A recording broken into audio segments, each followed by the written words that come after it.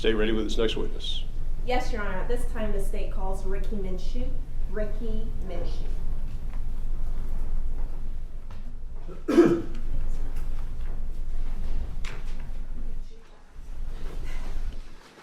Watch behind you.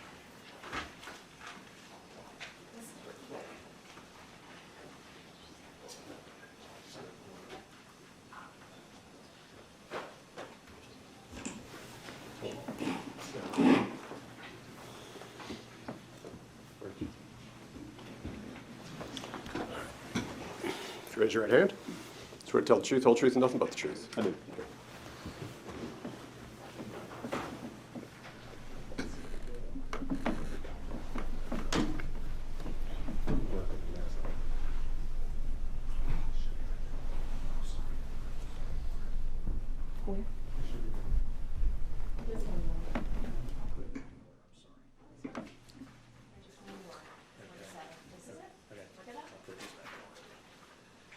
Good morning. Good morning. Now, go ahead and introduce yourself to the jurors. Tell them your name and spell it for the court reporter, please. My name is Ricky Minshew, R-I-C-K-Y, M-I-N-S-H-E-W. Okay. And how are you currently employed? I work in meal production. You work in what now? Meal production. Okay. I want to turn your attention to February 23rd of 2020, okay? How were you employed at that time? I was a patrol unit at Glenn County Police Department. Okay. And at that time, how long had you been with Glenn County PD? I was there for, at that date, approximately 7 months. Okay. There was about a 4-year gap, and I previously worked for Glenn County PD for a couple of years back in 2013. Okay. So when did you first start in law enforcement? 2012. 2012. And which agency was that with? It was for the city of Brunswick. Okay, City of Brunswick. So Brunswick PD? Yes, ma'am. Okay. How long were you with Brunswick PD? For approximately 1 year. Okay. After that 1 year, where did you go? I went to Glenn County Police Department, and I was there for about 2 years. 2 years. Okay. And what did you do there during that 2 years? I worked in the patrol division. Okay. After those 2 years, where did you go? After those 2 years, I went into retail management. Okay. I was there for about 4 years, and then came back to Glenn County Police Department, where I was there for about 7 months before this date. Before this date? Correct. Okay. So during the 7 months you were there at Glenn County PD before February 23rd, what were your duties, just briefly? All right, I was on patrol division, and my duties were to, we were designated certain areas to patrol. The point of that was to be seen and to deter and detect crime, enforce traffic laws, and respond to 911 calls of emergency. Okay. Now, were you post-certified at that time? I was. Okay. Did that pretty much mean that you had arrest powers under the state of Georgia? Yes, ma'am. Okay. Now, did you have, at the time back in 2020, when you were with Glenn County PD, did you have any kind of medical training? I had a previous CPR training and the use of a defibrillator, but I have never had any specialized medical training, nothing toward any type of critical injury. Okay. So did you have essentially basic CPR training? Yeah, basic CPR and the use of a defib. Okay. Are you familiar with a neighborhood known as Satilla Shores? Yes, ma'am. Where is that neighborhood located? It's located on the south end of Glenn County. It's in Brunswick, Georgia. Okay. And was Satilla Shores a part of the zone that you patrolled back in 2020? It was. We call our zones Bakers. That one was Okay. referred to Baker 9. Baker 9. Okay. How long did you patrol Baker 9? Back in 2014 for about a year, and then I patrolled several months of that, the 7 months that I was back, several months at that point. Okay. And at the point where you're patrolling, are you patrolling with other officers during your shift, or is it pretty much just you? Yes, ma'am, we're a one-man car. One man in the car? Mhm. Okay. So during, say, the day shift, are you the only officer patrolling Baker 9? Yes, we're a one-man car, and then usually it's one man per area, per Baker. Per Baker. Okay. Are you familiar with another neighborhood called the Fancy Bluff area? Yes, ma'am. Fancy Bluff is directly across the street from Satilla Shores. It's on the opposite side of the highway of Highway 17. Highway 17. Okay, so Satilla Shores is on what side? Satilla Shores is on the south side, Okay. and then directly across the street, headed toward the north direction, is Fancy Bluff. Is Fancy Bluff. Approximately how many miles would you say separate Satilla Shores from the Fancy Bluff neighborhood? Probably 2 to 3 miles. Okay, so it's fairly close. Yes, ma'am. Okay. Are you familiar with another neighborhood known as Royal Oaks? Yes, ma'am. It is in between Satilla Shores and Interstate 95. It's directly next door to it. Okay.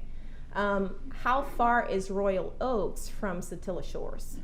Just a few seconds if you're driving. Okay. Are they on the same side of the street, same side of Highway 17? Yes, correct. Okay. All right. Now, seeing as how you patrolled Baker 9 and you patrolled that area, how would you describe crime just generally in that area with Fancy Bluff, Satilla Shores, and Royal Oaks? The area itself is probably one of the largest bakers that we have, and it's relatively low call volume. I myself didn't experience a whole lot of crime initially. The most of the time, then when I would go to any type of violent crime, it was surrounded by family violence. Okay. But it was far few in between. For the most part, it was a quiet. Everyone known to it to be a quiet area, so just a low call volume. Low call volume. Okay. Are the roadways in the Satilla Shores subdivision public roadways? Yes, ma'am. Now, I want to turn your attention back to February 23rd, 2020. Did you respond to a call in that Satilla Shores subdivision? Yes, I did. Okay. And can you tell us what that call was in reference to? I was dispatched to a 1037, which means a suspicious person. Okay. So I was described as a suspicious black male in the neighborhood wearing a white T-shirt. Okay. And do you remember about what time you were dispatched? That The call came out at 1:08 p.m. Okay. And where were you when you received that call? I was fairly close. I used Highway 17 quite often to go from one side of the county to the other. Okay. And I got there at 1:13 p.m. 1:13 p.m. So it came out at 1:08, and you got there within minutes at 1:13. Yes, ma'am. Okay. And do you remember if a specific address was the subject of that dispatch? Yes, ma'am. I believe it was 219 Satilla. Satilla. Satilla. Okay. And as you're driving to that location, are you running lights and sirens? In other words, are your lights and sirens on or activated? No, ma'am. I only use lights and sirens when I'm responding to an emergency call. This call was it just came out as a suspicious person, so it wasn't any use of lights or sirens. Okay. Now, when you get into the neighborhood, what do you do? When I get into the neighborhood, I roll down my back windows. I usually roll down some windows, that way I can hear what's going on around me. Okay. And then I just proceed driving down Satilla Drive. How fast would you say you were going? I was going very slow. I was probably going less than 5 miles per hour. Okay. And why is that? That way we can observe. I can observe things a little bit better, and I can see things ahead of me. Okay. Now, as you're driving down Satilla Drive, does anything catch your attention? Do you hear anything? When I first come in the neighborhood, I didn't hear anything. As I go a little further down Satilla Drive, I hear 2 loud pop sounds. Okay. They were within a couple seconds apart. Okay. And what did you think when you heard those loud pop sounds? Well, it was pretty loud, so I knew it was being the boom sound that it was. It was either a firearm or fireworks. It was sounding one or the other. Okay. So were fireworks common during that time, like at 1-something on a Sunday afternoon? Tell us about that. Not specifically on that day or time, but throughout the county in general, it was not uncommon actually to hear fireworks. Any time of the day or night, periodically. Okay. So at the point where you hear the loud bang, what do you do? Just continue driving. I'm still patrolling, looking for anyone who's walking around the area. And I'm still on Satilla Drive, and I'm coming up on an intersection, which is Holmes Road and Satilla Drive. Okay. And as you're coming up to that intersection, are you able to see anything? Not yet. You're coming in, and it comes. If you're in my driver's seat, it starts to bear to the left. So it's Okay. it's a curve you got to make before I get to that intersection. Okay, and if we can just pause there, I have something here. And this has already been admitted into evidence, states 47. Are you able to see that Yes, ma'am. on your screen? Okay. So, what are we looking at here? You're looking at this is the intersection of Satilla Drive and Holmes Road, Okay. and this is taken from the actual scene. Okay.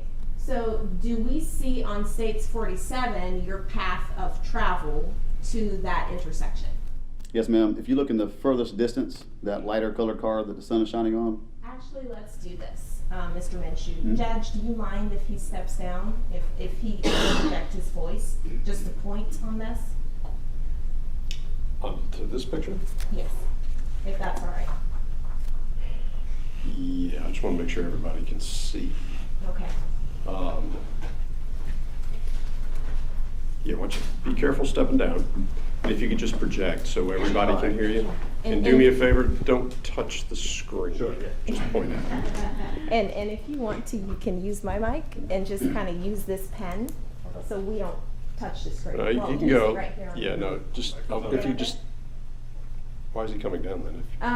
I was just gonna have him point Oh, like on the that. document? Right, That's fine. if that's all right. Can everybody see if he stands there? And just No. remember to project your voice. All right. Thank you. Okay, so show us where you were coming from. So, this road here. Mm-hmm. I was way back. Okay, it's the opposite. I was way back here. Okay. I'm coming this direction. And what road is that you're driving down? That is still Satilla Drive. Satilla Drive. Okay, so have you already passed the house in question, the 219, 220 Satilla? At that point? Sit down. Yeah, you can sit down. That's fine. I have not. I was around the area of Okay. those houses. I don't know exactly where I was, Okay. but I was in the area of those particular addresses. Okay. So you said you were turning the corner, and was your view clear at the point when you're turning the corner, or was there something obstructing your Yeah, view? even as I get further down that road, if you notice where I was pointing at, in the very center of the screen, yep, Right here? to your right there's a very tall, large head of bushes. So again, you still got to come around the curve, and then I can see the intersection, but to the left of it, which is where the scene is, I wasn't able to see that until I cleared those bushes. So you cleared those bushes that we were just pointing to. Okay. So at the point where you cleared those bushes, what were you able to see? Once I seen got past there, I looked over and I noticed there was two white males. One was waving their hand, flagging me down. Okay. And how long did it take for you to encounter the scene from when you heard the shots? Probably a minute. About a minute or 45 so? seconds, minute. Yeah, it was approximately. Okay. So you saw two white males and you said one was waving you down? Yes, ma'am. So what did you do after that? I continued going forward. Did not know what the situation was at the time. Okay. Just seen someone flagging me down for calling me over. Okay. I continued driving until I got to that intersection, and then I parked my patrol car and got out of my car. Did you see any other officers on scene, or were you the first officer on scene? No, ma'am. I was the first officer there. Yes, ma'am. So at the point where you get to the intersection, what do you do?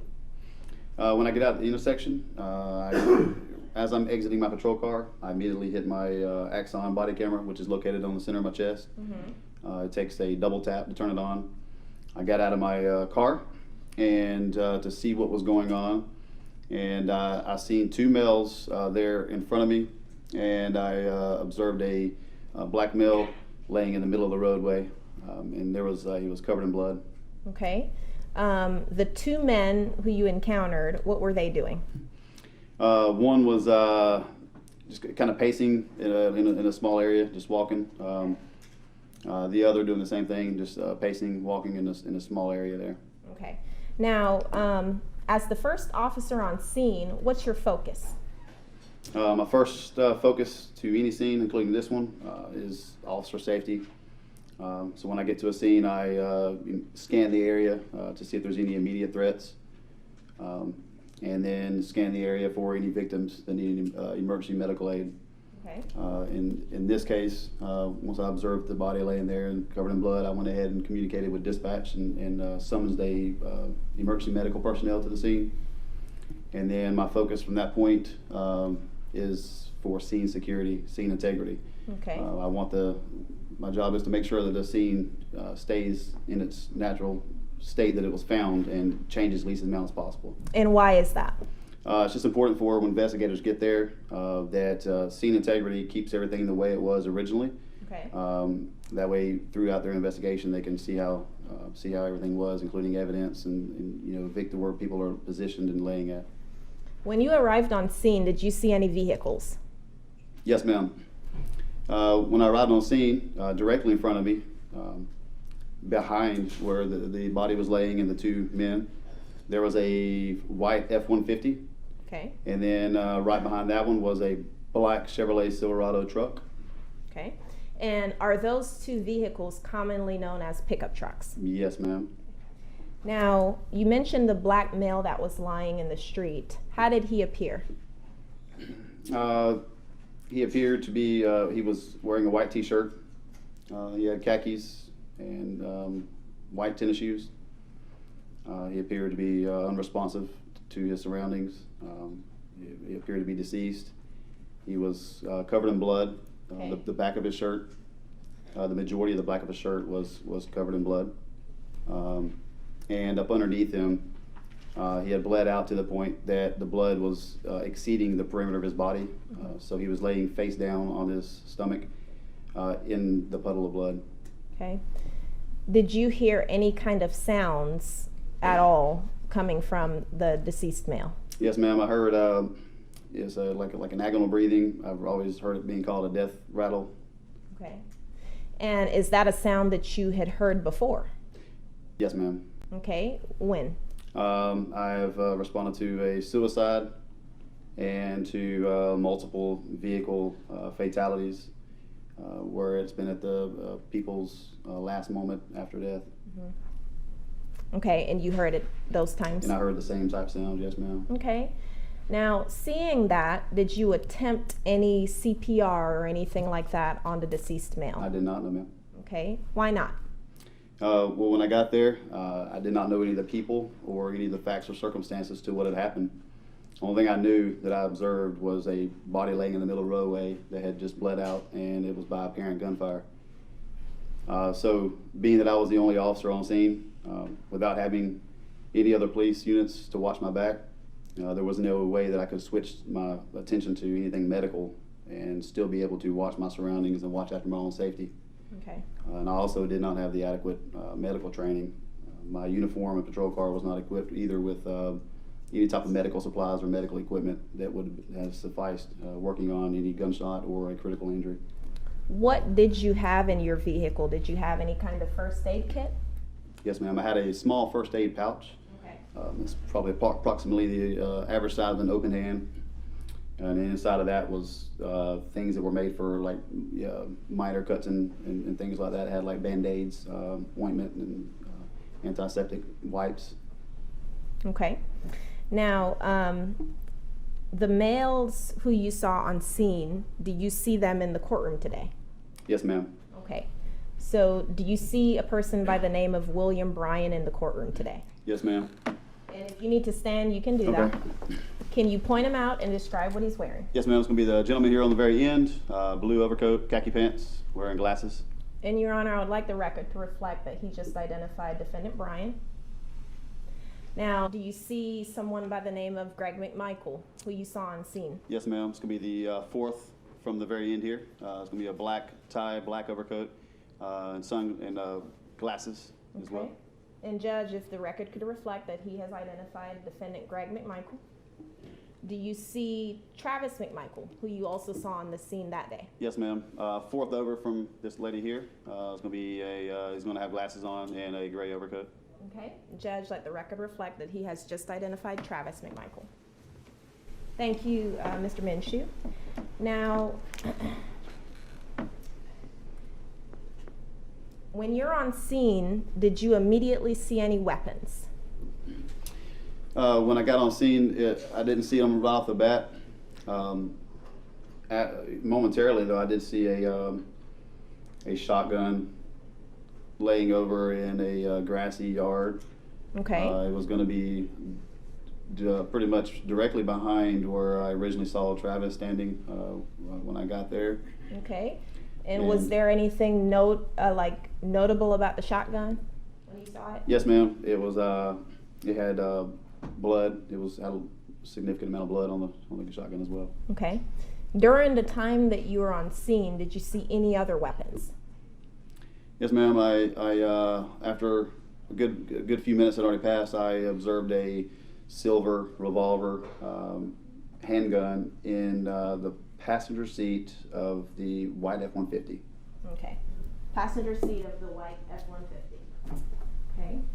Now, did other officers then arrive on scene there to assist you? Yes, ma'am. Okay. Second unit, throughout the investigation, many showed up, but the second unit to arrive was Officer Duggan. Okay. And did Officer Duggan render aid to the deceased male? Yes, ma'am. Okay. Did you put up any kind of crime scene tape or anything like that?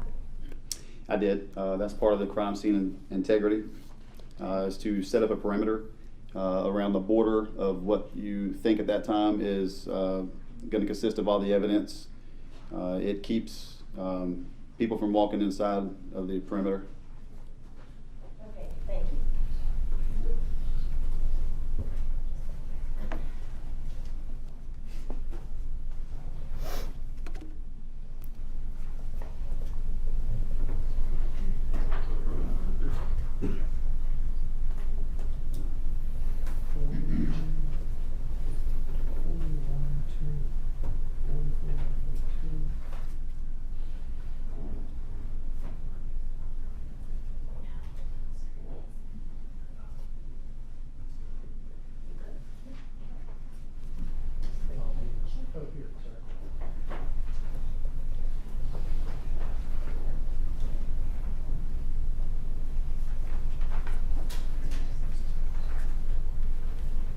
And let the record reflect that I'm showing defense counsel States Exhibits 40 through 42 and also States Exhibit 131.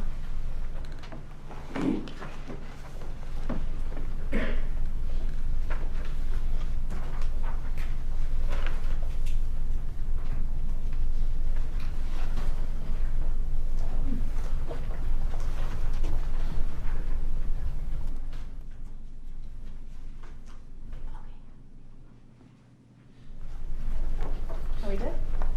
Okay. May I approach, Judge? Go ahead.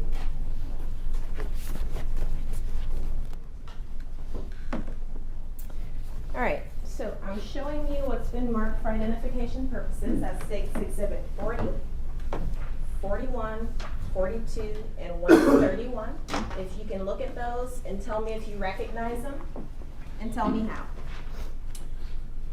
All right. States Exhibit 131. Yes, we can start there. Yep. I recognize the, you can see the caution tape that I put up. Okay. And you can see there's the white. See if you can identify them, and then we can describe them. Sure. So, do you identify those pictures? Have you seen them before? Mm-hmm. Okay. Is that a yes? Yes, ma'am, it is. I do identify the pictures. All right. And do they fairly and accurately depict the scene as you saw it when you went out there at Holmes and Satilla on February 23rd, 2020? Yes, ma'am. Do they appear to have been altered or changed in any way? No. At this time, we tender States 40, 41, 42, and 131. No objection, Your Honor. No objection, Your Honor. No objection, Your Honor. They're admitted. Permission to publish, Judge? Go ahead. Okay. All right. So starting with Exhibit 40, Mr. Minshew, can you just let the jurors know what we're looking at in Exhibit 40? Okay. And before we get there, Mhm. is this a photo you took? Yes, ma'am. Okay. A lot of times, I'll take an overshot. It's just an overview of the overall scene. That I usually try to do that as quickly as possible, Okay. just in case something gets moved or changed around. That way, we can see the original state. Okay. So here, did you take these photos as soon as you got on scene? Yeah, probably within a minute and a half to 2 minutes. Okay. So here, what are we looking at here in the center? That right there is Mr. Ahmaud Arbery's body. Okay. And was this photo taken before it was moved by Officer Duggan? It was before. I was still the only officer on the scene. Okay.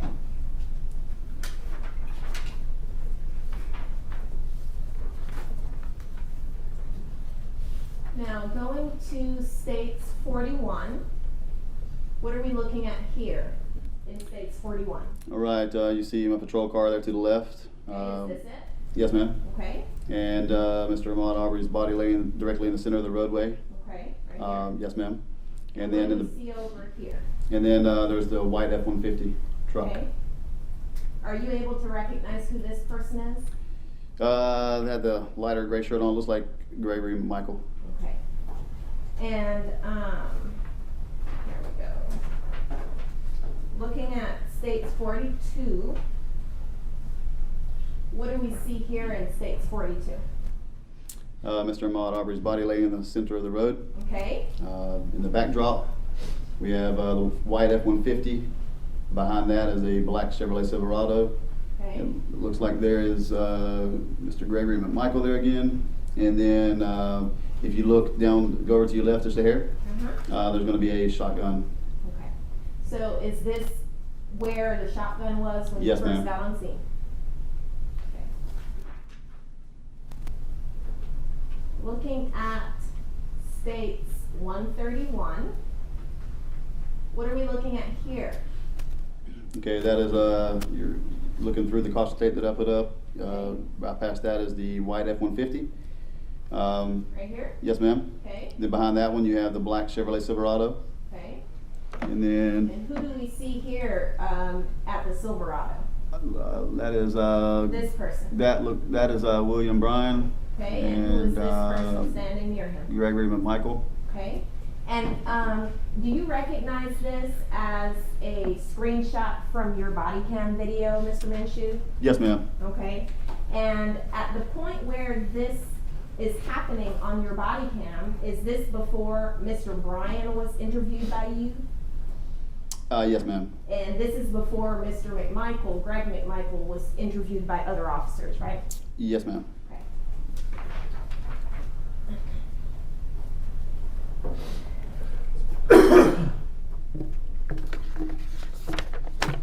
All right.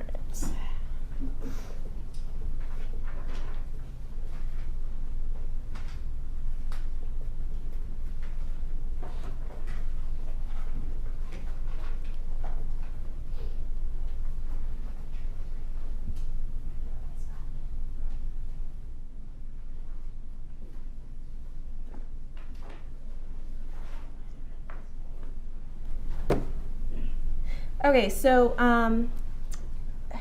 you said you were wearing a body cam on that day, right? Yes, ma'am. Okay. And did you review that body cam footage before coming to court today? Yes, I did. Did you review it in its entirety? Yes, I did, ma'am. Okay. And does it fairly and accurately depict your time on the scene? It does. Was it altered or deleted in any way? No, ma'am. At this time, Judge, we would tender States 228. From the defense. Which is the body cam. The body cam, his body cam video, No correct? objection. No objection. No objection. Submitted. What was the number again?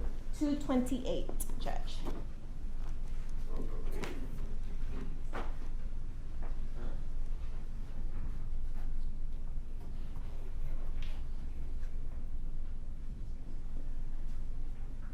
And also, Mr. Minshew, I am showing you what's been marked for identification purposes as States Exhibit 228A. Can you look at this, flip through it, tell me if you recognize it?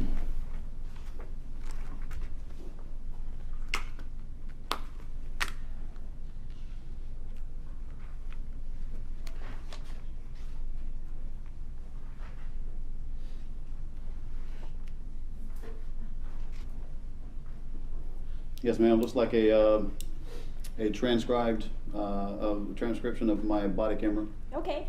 And similarly, before coming to court today, did you look at that entire transcript? Did you review it? Yes, ma'am. Okay. And does it seem to mirror your body cam video in terms Yes, of the ma'am. words that are spoken? It does. At this time, we tender states 228A. For demonstrative purposes. Yes, correct. To aid the jury. Correct. Presented, no objection. And to aid the witness. No objection. No objection. One moment, Your Honor.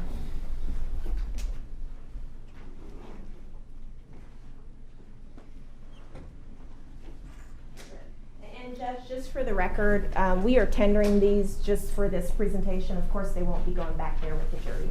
And defense counsel, they understand that. So, speaking of the transcript. Transcript, correct. Right. Trying to figure out what we're doing with the transcript. Well, because we're not playing the video, so the officer will use that to help him testify and quote what was said. Okay. So as we sit here now, we understand the video is an evidence. That's one thing. The transcript is going to be used to help guide the testimony as well as help the jury understand what's been said on the video. The transcript is the object of the video. Okay, it's in for demonstrative purposes, and the only reason I ask is I don't want to give a charge if a transcript is being provided to the panel. I understand they're not being provided to the panel. It's simply being used by the witness in order to aid in his testimony. I understand. Just being clear for the record, the video itself, 228, is an evidence. No. So I want to clarify, the agreement with defense counsel was that these are both being tendered in for the record only, and his body cam video is not being tendered into evidence to be played at any point in time at this time. It is strictly for the record because he's going to be testifying to the statements via the transcript to aid him in recalling the statements. So I don't want this to be misconstrued by the defense at all. This is strictly, these two items are for the record only. Yeah, I understand how they are trying to have this officer testify about statements that were made and how there may be some limitations about those statements. The body cam is an evidence. I think it's now an evidence, so I'm not in agreement. Okay. Yeah, I'm not. Ladies and gentlemen, I'm going to ask that you go ahead and take a step into the jury room while we address some legal matters before the court. All right, to the jury, please.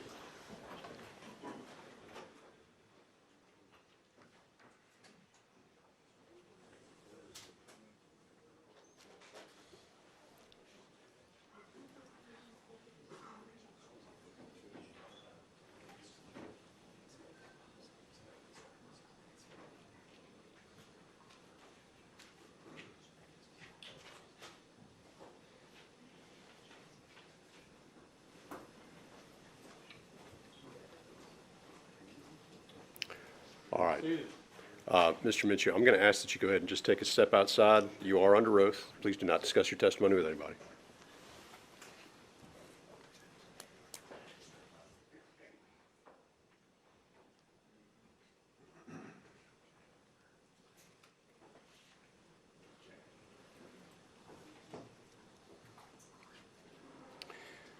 All right, we may have just confused a very simple issue, but I just want to make sure I understand what's going on. And I'm sorry, but Mr. McMichael took a Okay, good. break. Just a moment.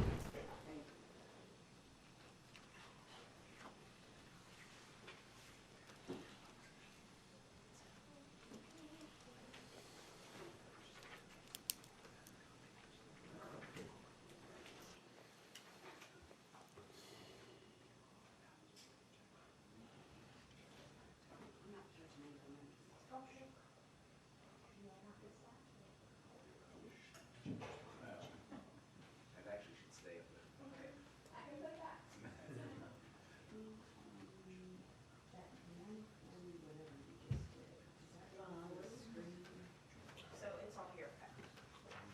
All these, and I'm gonna put them over here, since they're in. Okay, so anything you want. Yeah. You need 131? Yeah.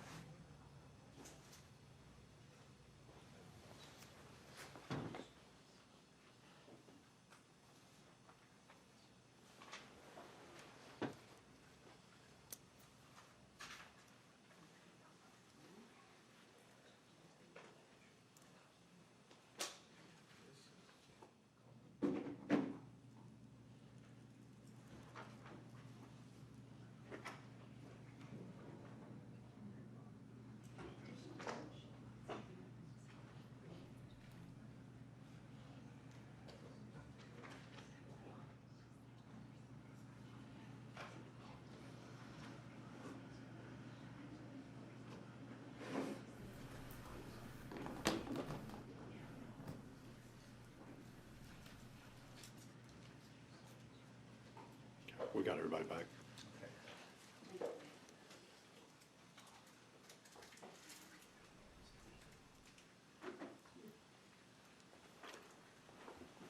To clarify my position, which I think I was the one talking to the court at the time, the video, I'm sorry, and we have 2 lawyers for the state, so I thought Ms. Oliver was handling this. To clarify, Your Honor, the video I intend to play, we have discussed at length statements of co-defendants and how those are going to be presented through the state. So I understand that the transcript is going to be used for this witness to testify about what he was told by one of the defendants. I get that. What I'm saying to the court is the video is in evidence. There's going to be limitations, I understand, about what statements can be played from the video and whether they invoke brutal issues, confrontation issues, etc. I get all that. We worked hard to try to limit those issues by simply having witnesses testify to those statements. But I intend to play the video, the first part of it. I can do so without sound, but I intend to play the video because it shows what was going on in the scene when he first arrived. And there is a statement made by Greg McMichael to Travis that I think falls under a hearsay exception, and Travis makes an exclamatory guttural cry out that I want the jury to hear, which I don't think involves any issues. So, to the extent that I'm saying to the court, that video is in evidence, it's in evidence. I don't intend to violate what we talked about Bruton. Well, sounds like we're getting ahead of where we are. It Well, was that's because admitted. the state was limiting the evidence. So, no. Let me be very clear about what I heard from the parties. 228, body cam, tendered and admitted. Correct. Okay? That's it. 228A is the transcript that Minshew is going to testify, assist with his testimony so that we can work through some of the Bruton issues. Okay. That's what I understand the current status of the evidence to be. Right. How that body cam, if it is presented, gets presented, then is the next step in the process, which we're ahead of at this point. I agree, and I only raised it because Ms. Benikowski stood up and said, we're not using the body cam in a certain way, and I just wanted to make sure that we understood it's an evidence and I intend to use it. But I'm not going to go back and violate the Bruton discussions that we've had. And if I feel like there's a statement that needs to be presented and if there's an exception to it that doesn't invoke Bruton, et cetera, then I would raise it to the court at that time, have an opportunity to be heard, and so now we're a little bit ahead of the game on that one. But I want to have the court around. I'm not entirely sure what we're arguing about from Mr. Bryan's perspective. Well, hold on. From what I just said, it sounds like we're not arguing about anything with regard to the presentation of the evidence right now. Well, Your Honor, if I may, this morning before we started, I informed all defense counsel that I thought it was appropriate to tender the video for the record only, to tender the transcript for the record only, out of consideration for the witnesses who were taking the stand to testify, in this case for Officer Minshew, about what Mr. Bryan said, what Mr. Bryan did. And I explained very clearly that we were not going to play that, and it was not being offered as evidence. It was not going to go back with the jury, and I explained to them that what we were going to say is this is being tendered in strictly for the record. It's strictly to assist this witness to testify to these statements, and it's not going to go out with the jury. It's not going to be seen at all. And all of them were informed of this. So the state feels, having had an agreement from the defense, that all of a sudden we've tendered it into evidence with the purpose of making it part of the record, and with our intent clear that it was not going to be played. And now, of course, Mr. Sheffield's telling me, oh no, it's tendered into evidence, it's in evidence, I'm now going to get to play it. So the state, of course, feels a little hoodwinked, bamboozled, that I had an agreement with the defense attorneys as to what the nature of this was and our intent to just make it part of the record. Now, if that was an error on my part to be so transparent and forthright and to try and work with them and I shouldn't have had this tendered in, and I should let them go ahead and tender the body cam in to then show portions. I understand. And I would understand the court's ruling at this juncture. If it's in and they want to play portions of it, then that's on us for having attempted to do the right thing, and we'll go down that path. I just wanted the court to understand that my understanding in doing this, and I explained it to them, was something completely different than what they're representing right now. Your Honor, there was a, So he stood up first. And okay. I'm sympathetic to the state. Nobody wants to, in a case of this importance or magnitude, nobody wants to play gotcha games with the evidence. And certainly that's, from the Bryan defense, that's not our intention. My only concern, my only dog in this hunt is that depending on the testimony of this witness, we may or may not, subject to Bruton and all the other problems that we have, it's possible that there may be small excerpts in that statement that we may want to play. And we certainly aren't waiving the right to do that, but I didn't necessarily take the state as saying that the video is being played, the entire thing is subject to being played without any further inquiry. My primary concern here is I don't want any authentication issues if there's portions of the video that are otherwise appropriate to be played before the jury.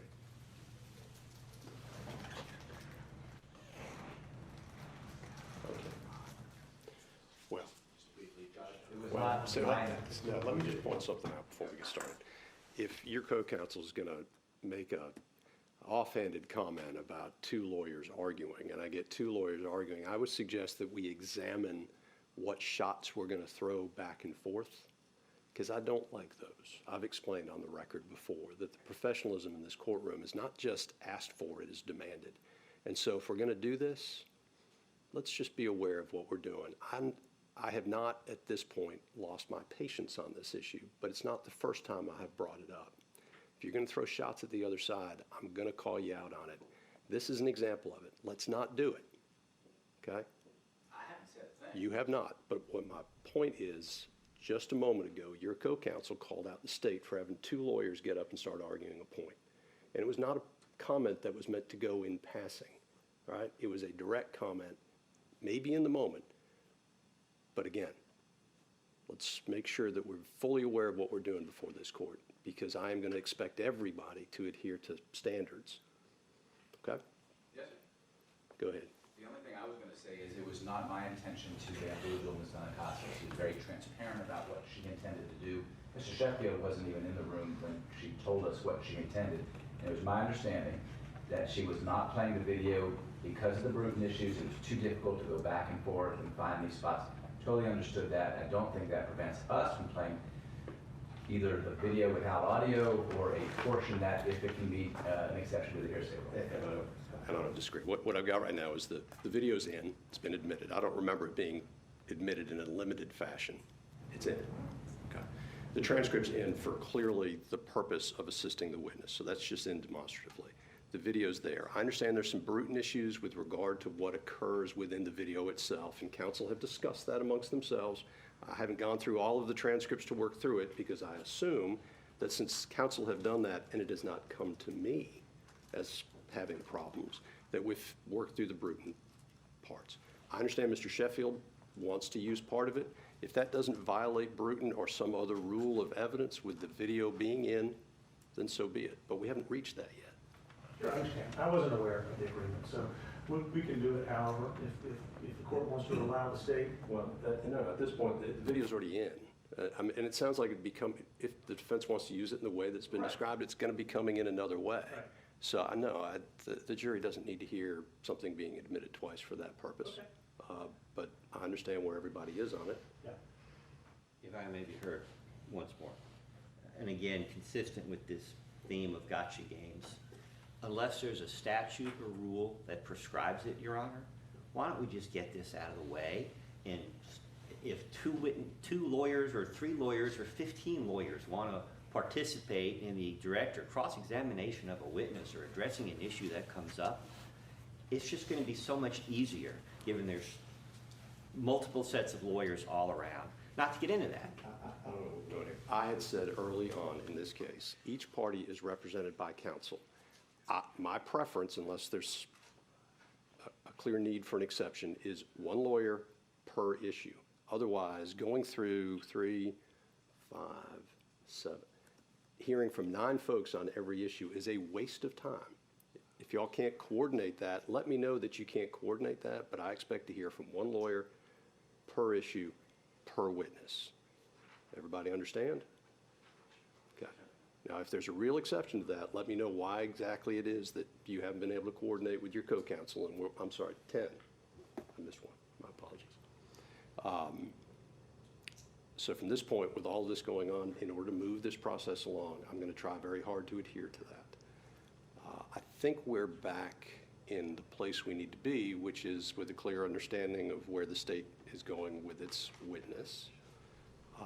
I do need, before I forget about it, maybe now is a good time to address it. What exactly is in the box with the shotgun?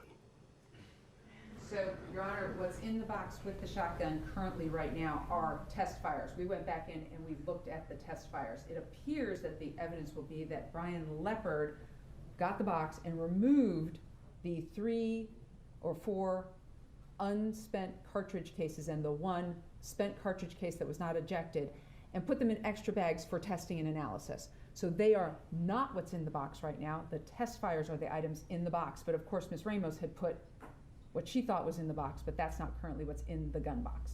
Okay, so that'll be cleaned up. I just want to make sure I understand what we have admitted into evidence then. That's going to be cleaned up through witnesses, I assume. It also satisfies the court that there's not live ammunition in the box with the shotgun. There's not. Thank you. Okay. All right. Stay ready to proceed? Yes, Your Honor, we All are. right. Let's go ahead and get the panel. Oh, I'm sorry, let's get the witness first and then the panel. No, I would stand up.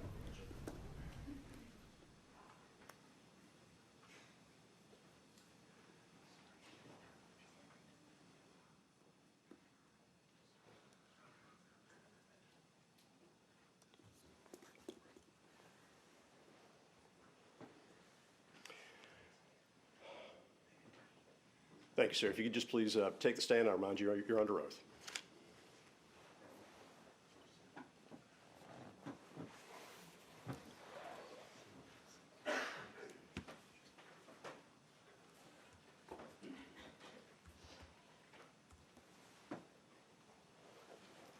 All right, let's get the panel.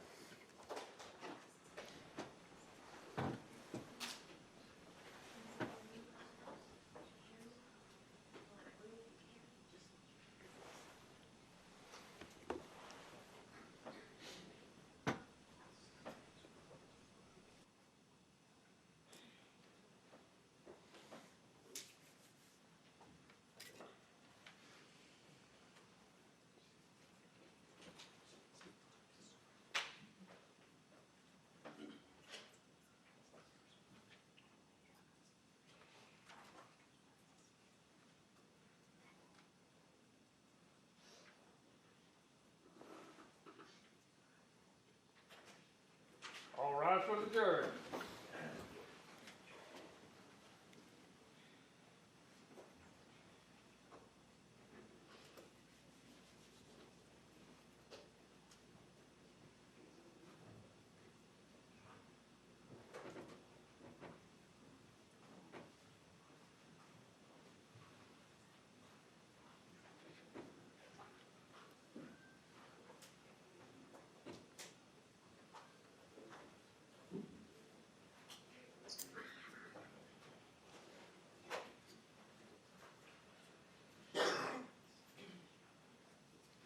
Please be seated.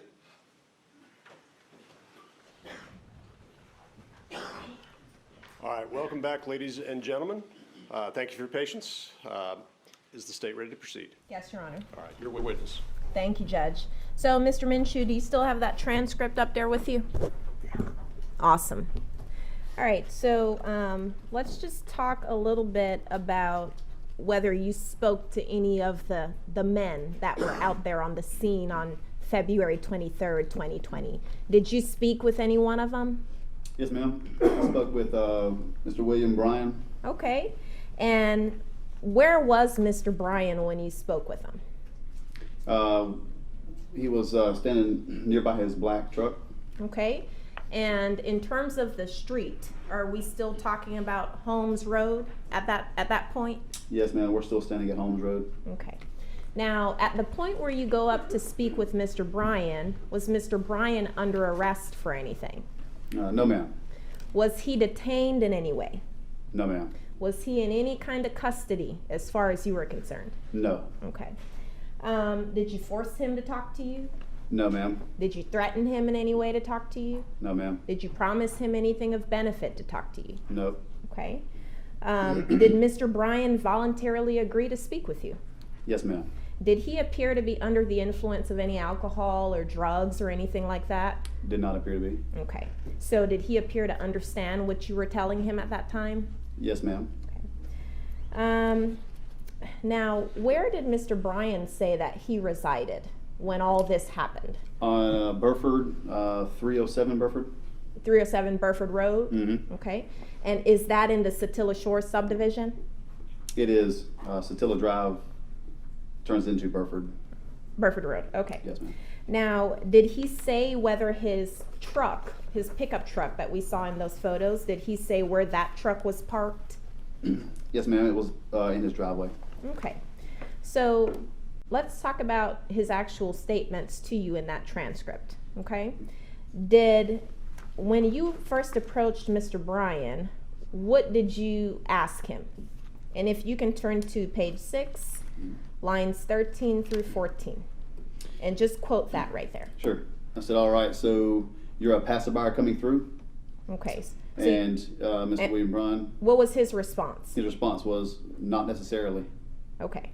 So you ask him if he's a passerby coming through. Mm-hmm.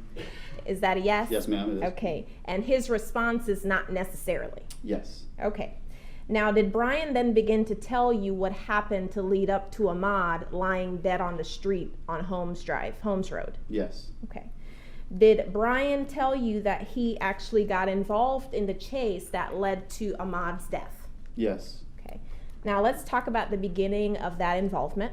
Okay. What was Bryan doing when he noticed something was going on? What did he say he was doing? He said he was working on his porch.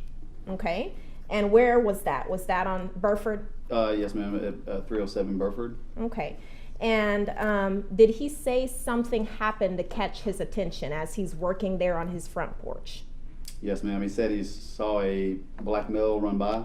Okay. And then he saw a white truck drive by. Okay. Now, when he saw the black guy run by, did he recognize that black guy? He didn't say he recognized him, though. He said he didn't recognize him, right? Now, when he first saw that truck drive by, did he recognize the people in the truck? No, ma'am.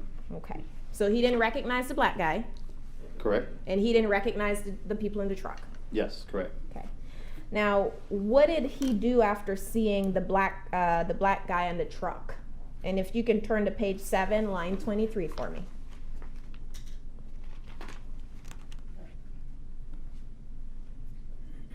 He said he hollered at the truck, "Y'all got him?"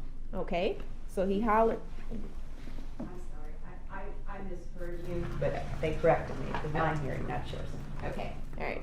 So he said he hollered at the truck, "Y'all got him." Yes, ma'am. Okay. So having no knowledge of what was going on, he asked the truck whether they had him. That's correct. Okay. Did he ever ask the black guy if he was okay? No, ma'am, he did not say he did. Did he ever ask the black guy if he needed help in any way? No, ma'am, he didn't say he did that. Okay. Did Bryan then get into his truck and join the chase? Yes. Okay. I'm going to ask you to turn to page 8, lines 1 through 3, and just quote from where it said, he pulled out. Lines 1 Okay. to 3. He said, pulled out of my driveway, was going to try to block him, but he was going all around it. I made a few moves at him, and he didn't stop. Okay, thank you. Was that portion that you just read, when Mr. Bryan said he pulled out his driveway and tried to block Ahmaud, what road did that happen on? That was on Burford. Burford Road, okay. Did Brian say anything about Ahmaud having to stop during the chase at some point? Yes, he said that he had to stop and catch his breath. Okay. So Brian saw that Ahmaud had to stop and catch his breath. Yeah, While he Brian's the one was- that told me that happened. Okay. Now, did Brian point to the area where Burford Road kind of ends and comes up to the intersection of Holmes and Satilla when he said that Ahmaud had to stop and catch his breath? That's correct, yes, ma'am. Okay. So Ahmaud had to stop and catch his breath at the end of Burford. Objection, Your Honor. She is testifying and leading. This witness is not saying what Ahmaud did or thought. This witness is saying what Mr. Bryan told him. And I'm willing to be a little bit loose with this here. Let's get the narrative in if you need clarification, just to make sure, using this process, we know where everybody is. Okay. I'll allow you to do so, but let's get the narrative through. Gotcha, Judge. So I'll try that again, okay? So where was Ahmaud when Brian said he had to stop, meaning Ahmaud, to catch his breath? Where we were standing, he pointed back toward, we were on Holmes Road, he pointed back toward Burford. Okay, so in that area of Burford. Now, according to Brian, did he say specifically that he blocked Ahmaud during this chase? Yes, ma'am. Okay. Did he say specifically that he cornered Ahmaud during this chase? Yes, ma'am. Okay. How many times did Mr. Bryan say that he either blocked Ahmaud or cornered him during this chase? I'm going to object to the form of the question. Is he asking how many times Mr. Bryan used the word, or how many separate times what he's describing took place? I can re-ask the question, Judge. How many times did Mr. Bryan say that he blocked Ahmaud during this chase? How many times he said it is irrelevant. How many times it happened is relevant. Thank you, Your Honor. Go ahead, Mr. Minshew. You can answer the question. After going back and reviewing the transcribed body camera, it appeared to be approximately 5 times. Okay. So 5 times he said that he blocked Ahmaud. Yes, ma'am. Okay. How many of those times happened on Burford Road? I believe it was 2 times on Burford, Okay. And how many of those times happened on Holmes Road? and those were 3 times. 3 times on Holmes. Mhm. Okay. And I know it's human nature to say mm-hmm and to nod, ma'am. but if That's you right. can, thank you for the court reporter. Now, did Brian ever talk about whether he should have been chasing Ahmaud? He did. Okay. And I'm gonna ask you to turn to page 20, lines 23 through 24, and just tell us specifically what did Mr. Bryan say in terms of, Could you give me the lines again? sure, lines 23 through 24 in terms of Mr. Bryan's involvement. All right, and one more time for the page. Page 20, I'm sorry, Okay. might be going a little bit too fast. 23. He said, I mean, this would have never happened, you know. Should we? He said, I mean, this would have never happened, you know. Should I have been chasing him? I don't know. Okay, so he said, should I have been chasing him? I don't know. I Is don't that know. right? Okay. Now, did Brian, during the course of your interview, talk about his belief that Ahmaud was somehow trying to get into his truck? He did. Okay, and I'm going to ask you to turn to page 21, lines 2 through 4, and tell us what he said, starting with one time. One time, when I cornered him up over here, he was trying to get in my truck. He tried to get in my door. Okay, and at the point where you're talking to him on scene, is he pointing to a certain street where he's saying he cornered Ahmaud? Yes, ma'am. He was pointing back toward Burford. To Burford Road. Yes, ma'am. Okay. Did you then follow up by asking him to clarify what it looked like Ahmaud was doing? I did. Okay. And what was his immediate response? And I'm going to ask you to turn to page 21, lines 22 through 23. I mean, I'd cut him off pretty good now. Okay, thank you. Did Brian talk about driving on the wrong side of the roadway when he was trying to block Ahmaud and corner him? Yes. Okay, did he say he drove on the wrong side of the roadway? Yes, ma'am. Okay. Did he talk about wearing a seatbelt or not wearing a seatbelt as he's driving and chasing Ahmaud, trying to block him and corner him? Yes, ma'am. If I remember correctly, he was not wearing a seatbelt. Okay. And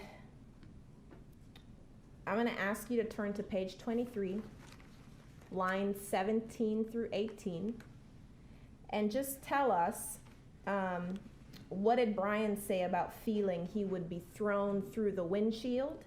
And if you can just start with thrown, lines 17 through 18. He said, thrown through the damn windshield trying to chase this joker. Okay. So did he tell you he felt like he was going to be thrown through the windshield without his seatbelt trying to chase this damn joker?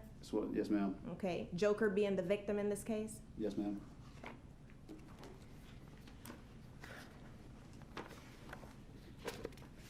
Okay.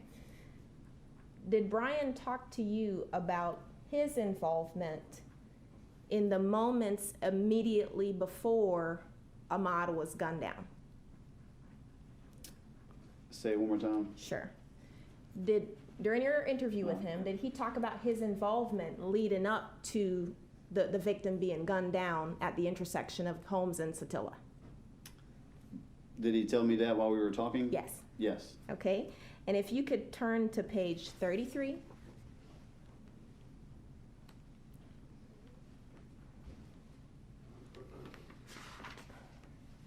Lines 3 through 10. Do you see that? Mm-hmm. Okay. Okay. And if you can just read where it starts from the black guy and Okay. just read it, slowly. He said, the black guy, like I say, went on up towards the damn fire truck. But I think I somehow or another changed his mind and he cut back through this way. I think I blocked him again or something over there. Okay, go ahead. And he came back through this way. So I went back up in here and went that way. And that's about where your video picks up when I turn around. Okay. And at the point where Brian's talking about the last blocking incident that you just read, what road is he on and what road is the victim on? We're on Holmes. We're on Holmes Road at that point. Holmes Road, where he died. Correct. Right? Yes, ma'am.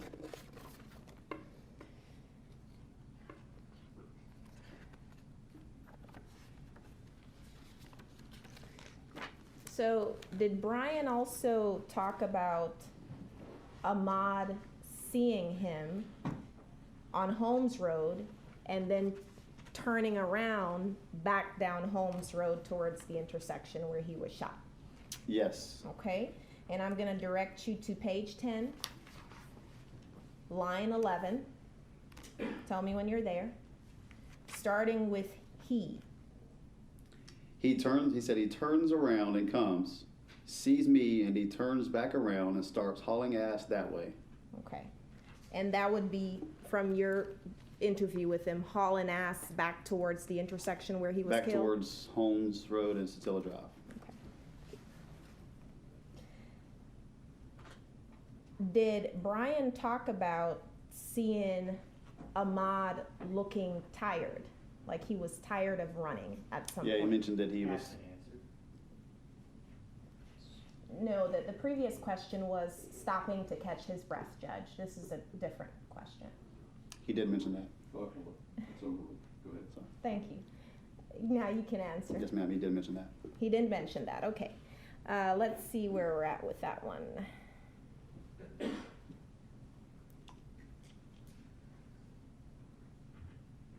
Okay, so go to page 34.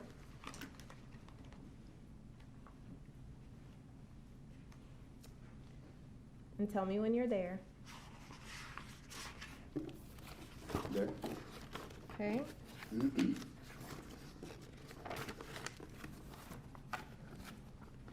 Okay, going down to line 17, starting with when. Not the second when. Okay. Okay, so when I rounded. Okay, he said, when I rounded the corner out there, it was almost like the black guy was tired of running. Okay, thank you.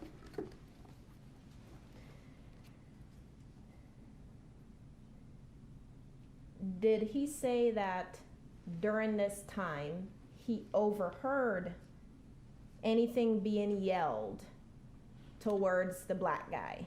Yes, ma'am. Okay, so we're gonna go to page 36, lines 17 through 18, and tell me when you're there. I'm there. Okay.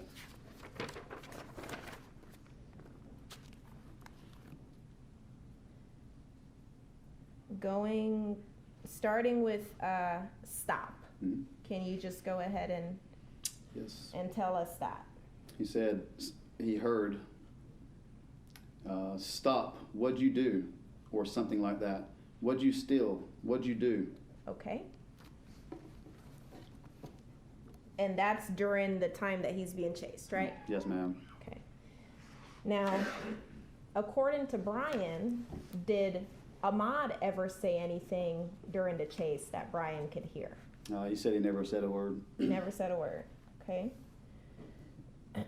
And did he say how close he got to Ahmaud during the chase when Mr. Brian was chasing him?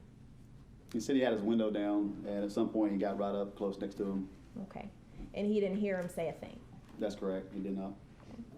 Now, did Brian have a cell phone on him during this time when he's chasing Yes, Ahmaud? ma'am. Okay. Did he ever tell you that he called 911 or anything? No, he did not tell me. He never mentioned it. Okay. Did Brian ever see Ahmaud with any kind of weapon? He never told me he saw him with a weapon. Okay. You specifically asked him about a weapon and whether he saw one.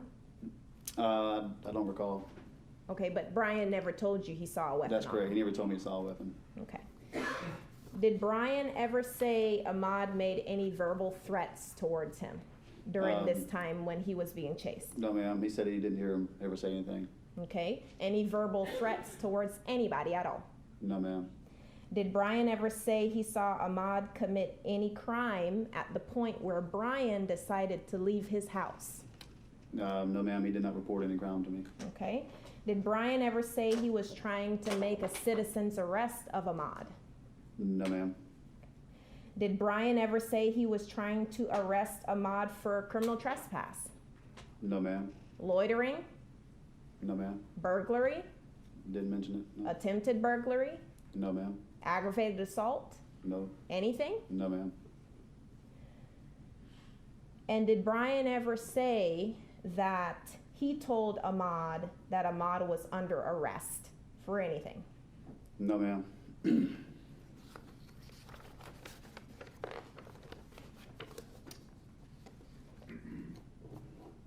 So after you talk to him and you get his statements, is there a point where you discover there was a video of this incident?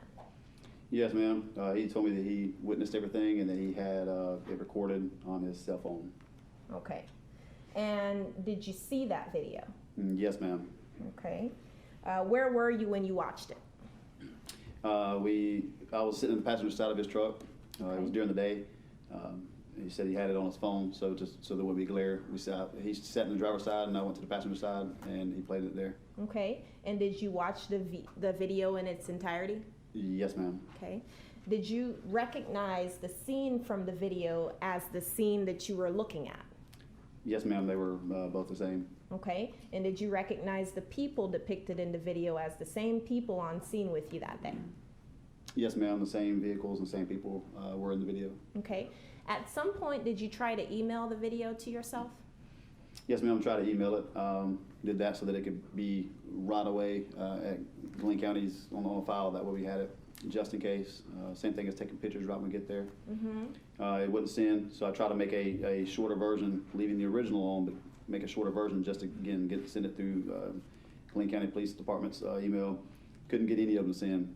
Okay. And then that's when another officer who was familiar with criminal investigations said that they could pull it off right there.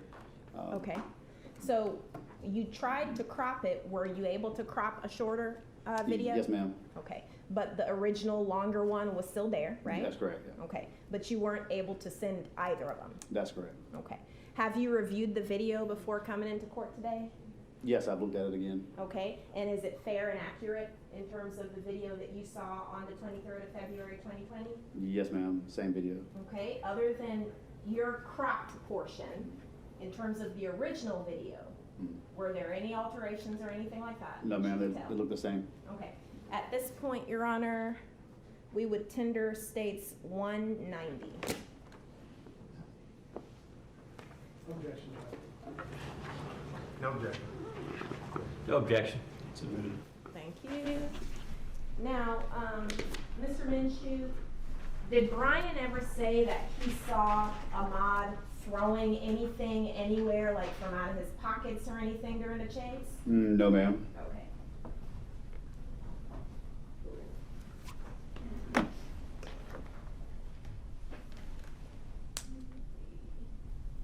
Permission to publish, Judge? Go ahead. I'm just unclear what you're posting. This is 190. Yes, 190.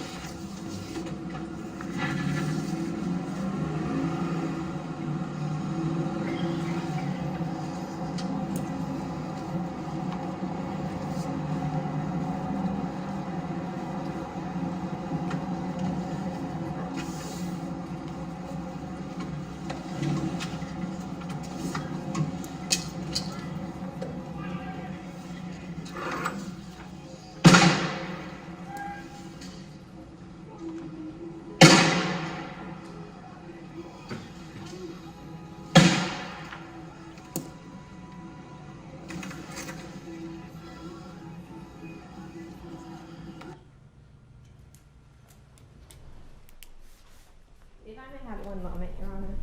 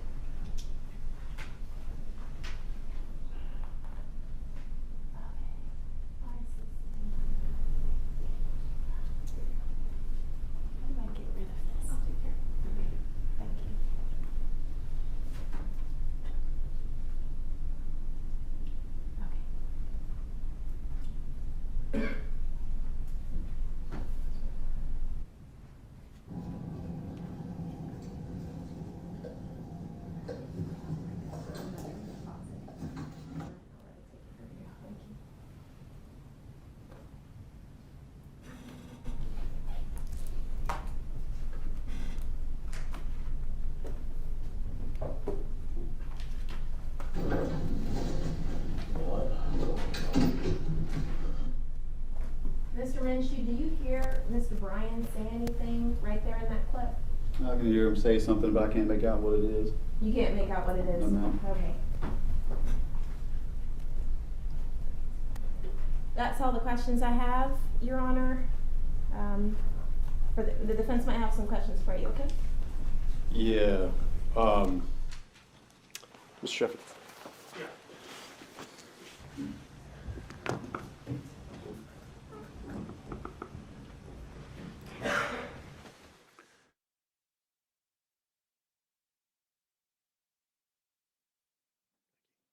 Ladies and gentlemen, we're at a good time to break for lunch. Why don't we go ahead and recess until 1:15. That gives everybody an hour to get some lunch and be ready to go at 1:15. Again, all the instructions the court has given you to this point still apply. Don't discuss the case amongst yourselves or with anybody else. All right, have a good lunch. All rise for the jury.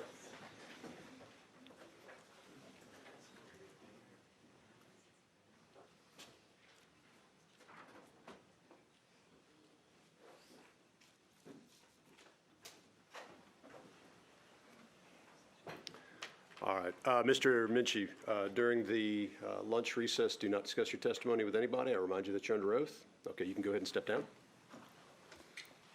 And please be back just before 1:15. Thank you.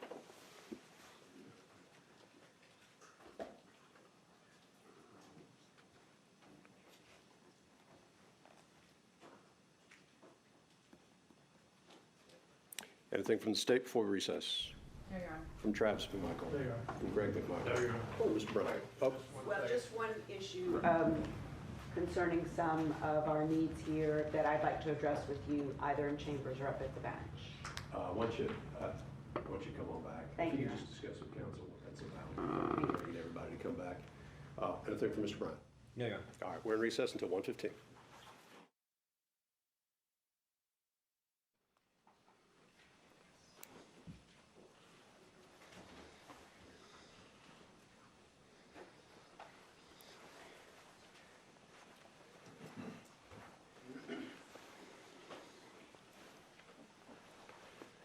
All right, let's get the panel.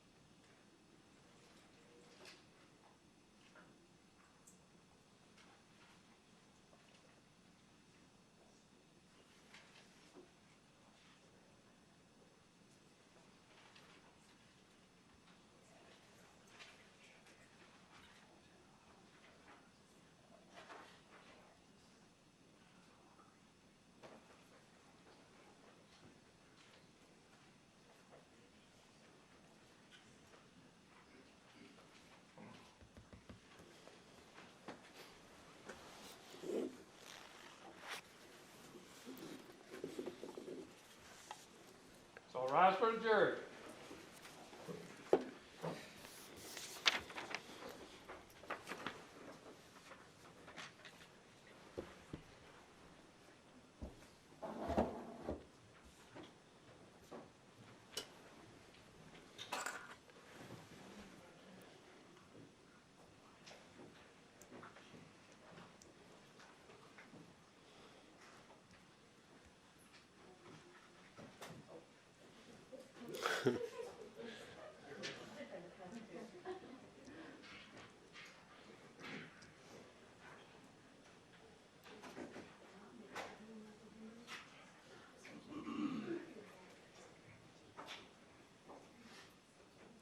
Please be seated. All right, you all right in the front row there? Okay. Just so excited to get to your seat, right? All right. Welcome back, ladies and gentlemen. Hopefully you enjoyed your lunch. We're ready to proceed with the evidence. All right, thank you. Mr. Sheffield. Okay, very good. Officer Minshew, it's no longer Officer Minshew, is that correct? Correct. Okay, if I slip into that, it's only because you're the officer on this case. Okay. So one of the things that I wanted to make sure of before we kind of went back through some of your testimony is that prior to today, you've had an opportunity to review the report that you wrote in this case. Mhm. Is that correct? That's correct. Okay. You've also had the body cam video that we've been talking about, and you've had an opportunity to review that body cam video in its entirety? That's correct. Okay, because it runs for quite a long time after you get there. I just want to make sure that you've been able to see all of it. Yes. Okay, very good. Have you reviewed anything else prior to your testimony today? The transcript. and Transcript of the body cam video? And the video that Mr. William Bryan shot. Okay, so you've had a chance to look at that as well Yes, in preparation for today. that's correct. All right, perfect. One of the things that I wanted to make sure I understood is that as a law enforcement officer, you've had particular training on use of force Yes, we Right. have to have it yearly. yearly, as well as how to de-escalate situations. Yes. Okay. And so one of the things that you're doing when you arrive on the scene in this case is you are trying to make an initial assessment of what in the world has just happened here, right? Yes. And in this scene in particular, because there is a body lying on the ground that is bloody, and there are two men standing around it, you need to make sure that the scene is safe. Yes, correct. Safe for you and potentially others. Correct. Okay. So one of the very first things that we see you do is that you get out and you begin to try to assess the situation, right? Yes, that's correct. You also ask that the two men that are standing, who we now know to be Greg McMichael and Travis McMichael, that their guns are put away, right? Yes. Okay. And in no time did you see Travis McMichael go to the grass to try to pick up his shotgun? No, I didn't see Okay. him do that. No. The issue for you also is to try to start to get a little information from these gentlemen, right? Yes. So you are trying to assess their level of cooperation when you're first engaging them in conversation. Is that Yes, I'm fair? observing that from the beginning, yes. Okay.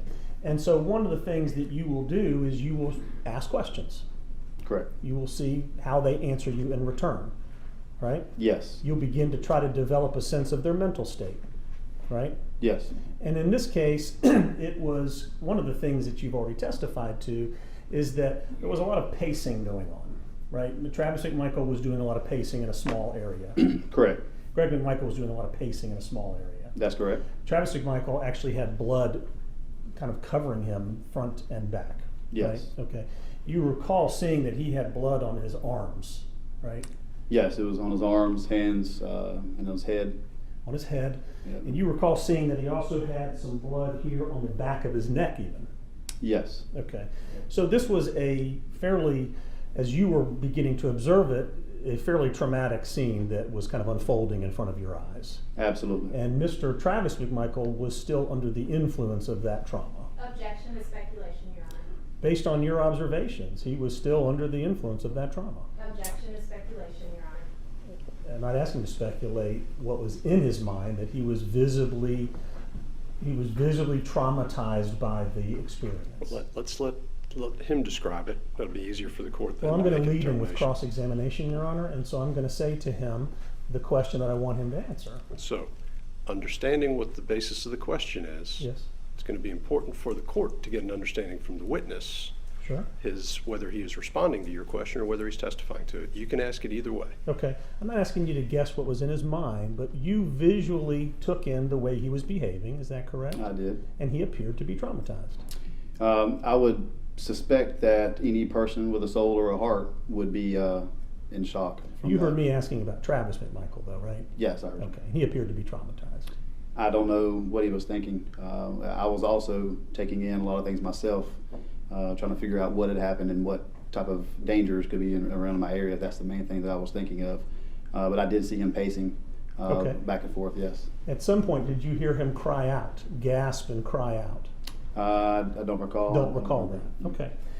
The next thing that you did is you began to then make the decision that the scene was safe enough to call in personnel to come and begin to assess the scene and to bring in ambulances, correct?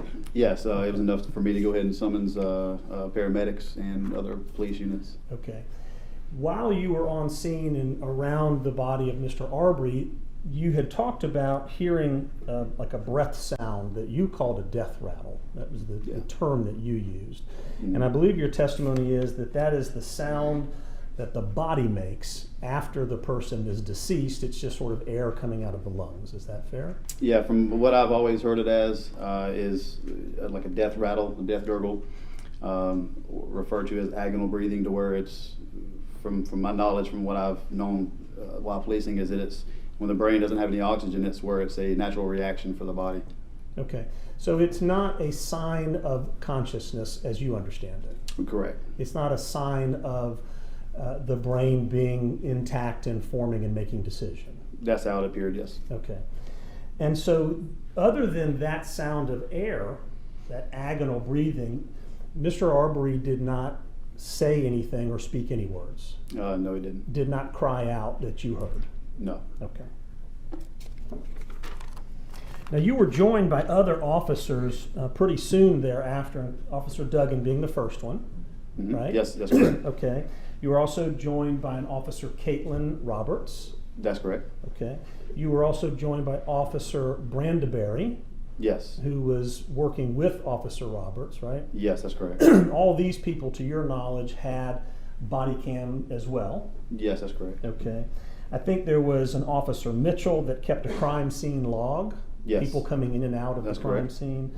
An Officer Jackson who may have assisted in some way. You recall? Officer Jackson, yes. Officer Oliver, another officer there. I don't recall her while I was on scene. I don't know if I don't remember speaking with her or seeing her out there particularly. Okay. All right.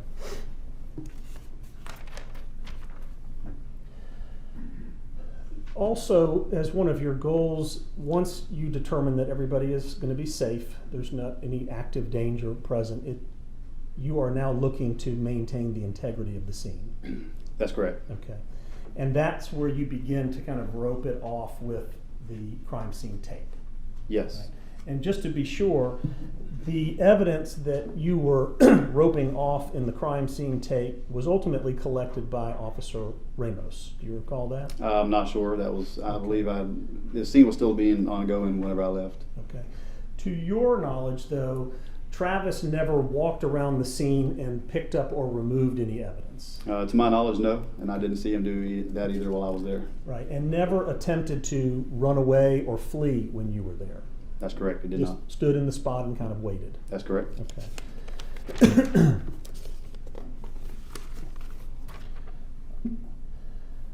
One of the things that I wanted to make sure we understood is the video that you obtained from Roddy Bryan, Mr. William Bryan. Is you said that you've watched that all the way through. That's been admitted into evidence, and I want to put it up here for just a moment. Okay? Yes.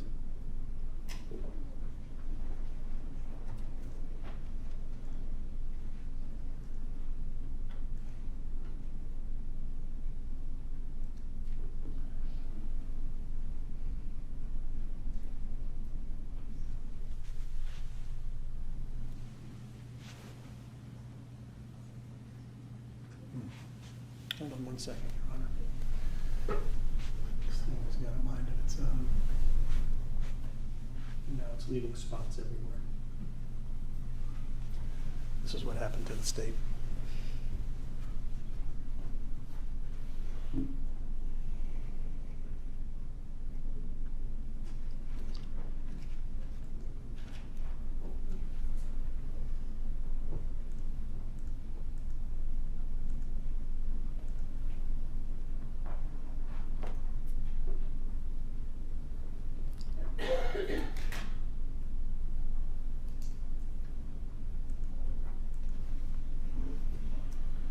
Yeah, it's taken on the settings of the pointer and the touch piece, so we need to have Cedric back to turn it off. Otherwise, we're just going to get stuck in the same position we were before. So we'll need to take a pause, Your Honor. All right. Sorry, you're welcome to sit for a minute, but No, let's go. Let you go ahead and take a step outside of the courtroom and see if we can get this addressed, and then we'll bring it right back. All right for the jury.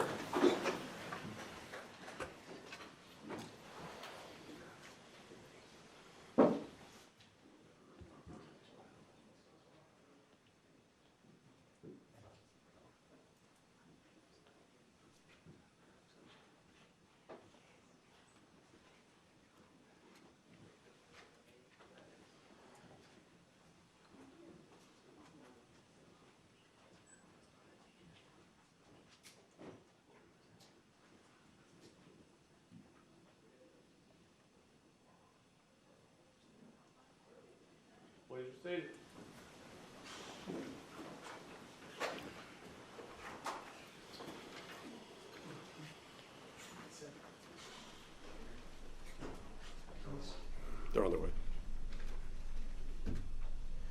just so the court knows, I practiced this for about 10 minutes. It was all set up and didn't touch it. So I expected this to be a Broadway quality demonstration.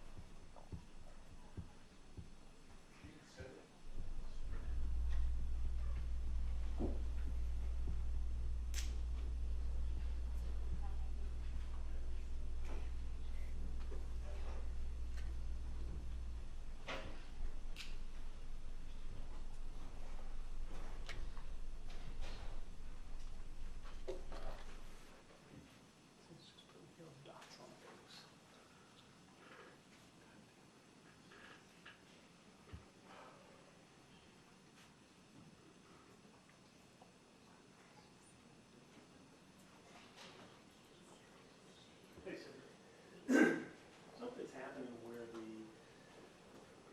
Ahmaud device is starting to put dots on everything, and it's almost, it's like, see how it's got the circle up there?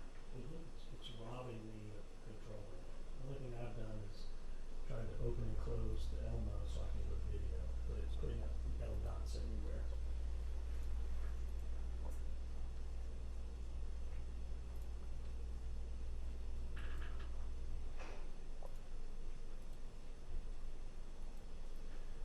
Clear. Okay. Let me see if I can do it. Do you mind? Thank you so much. All right, so we're done. What's this? That's the camera system. Oh, Video. okay. Perfect. Let's put it All right. test Perfect. video. Thank you. All right, I'm ready.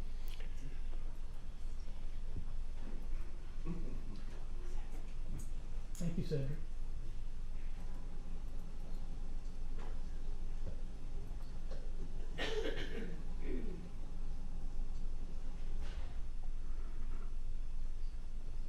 Back together. We're ready. Okay. Falling off the wall, back together, let's go.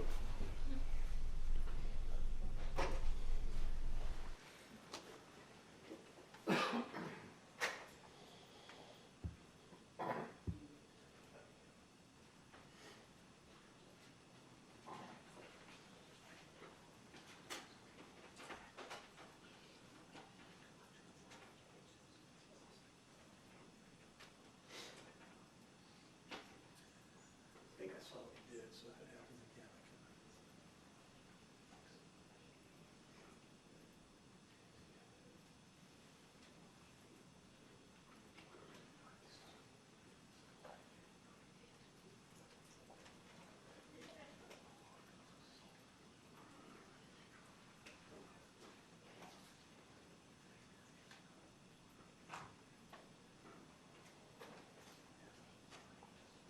All rise for the jury.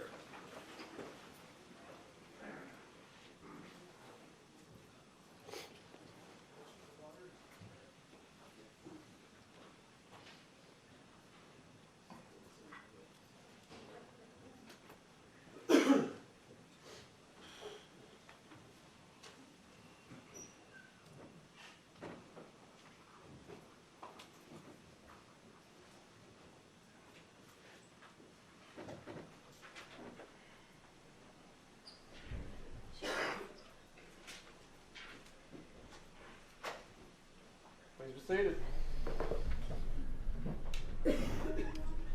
All right, we are back on. Everybody is present. Mr. Sheffield. Thank you. And so, Mr. Minshew, we were just talking earlier about the video that you collected from Mr. William Bryan at State's Exhibit 190. I now have it up on the Mondo board. Can you see it on your screen there too? Yeah, I can see it. So you have viewed the initial part of this video, and I think from what your testimony was is that you have shared with us that this is Mr. Bryan behind Mr. Arbery.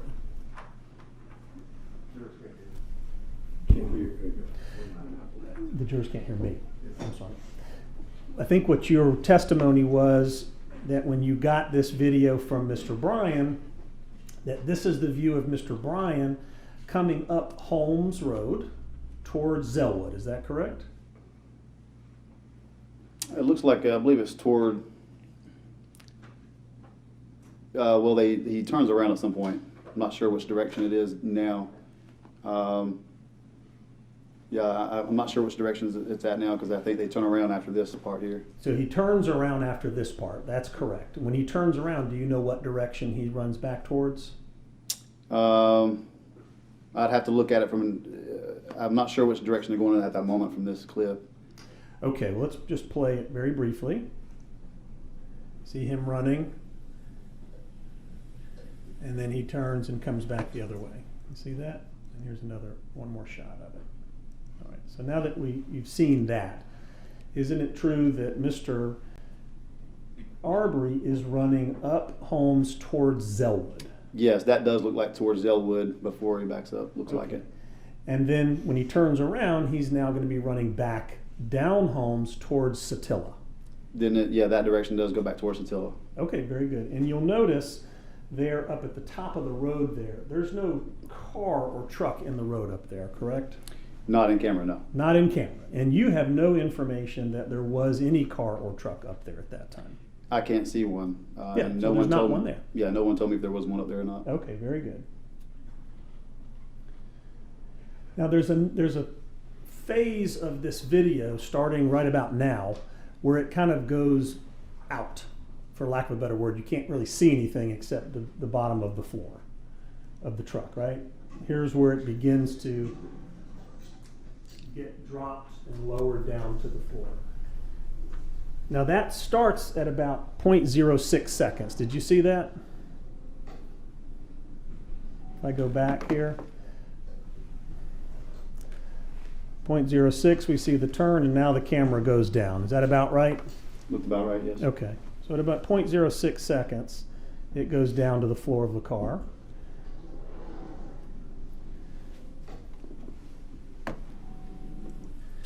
It stays down. And Judge, I'll object to him just narrating this. If he wants to ask him a question about it, that's Yeah, that's good. Let him testify to Okay. the video. Nope, no worries.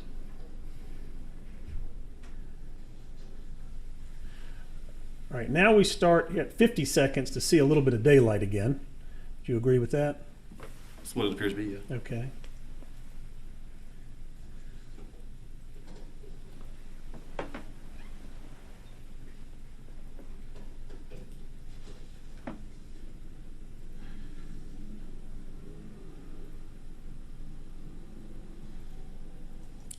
And now at about 1 minute 8 seconds, we see the road again.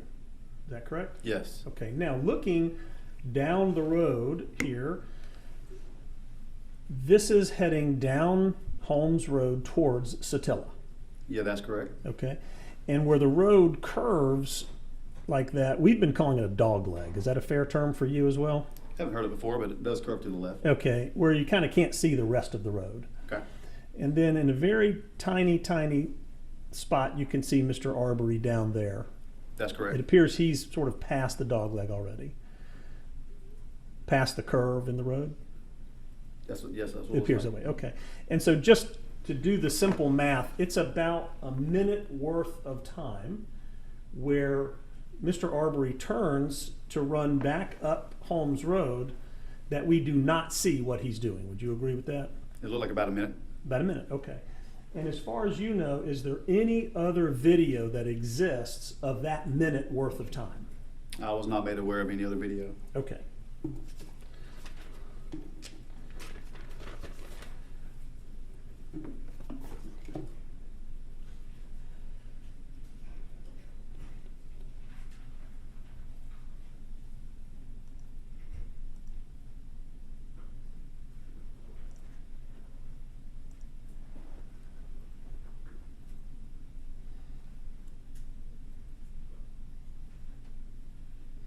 Okay, one of the things I wanted to come back to on your testimony previously was the time period that you noted between when you heard the two gunshots and when you arrived at the intersection of Holmes and Satilla. Mhm. Okay, and I want to Yep. make sure that I heard your testimony correctly. That you said it was between 45 and 60 seconds. Okay, I thought I heard somebody say something. Oh, okay. That it was between about 45 and 60 seconds between when you heard the gunshots and when you arrived at the scene. Yeah, I didn't have it, wasn't looking at it on the clock, but it felt like it was about 45 seconds to a minute, yes.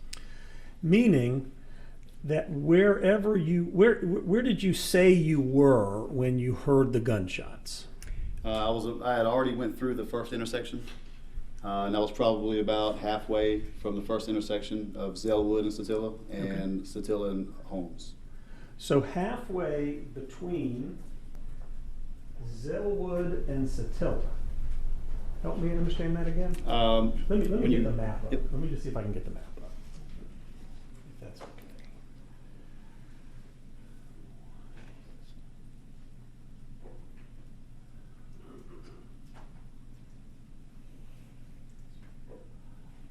Here's our camera.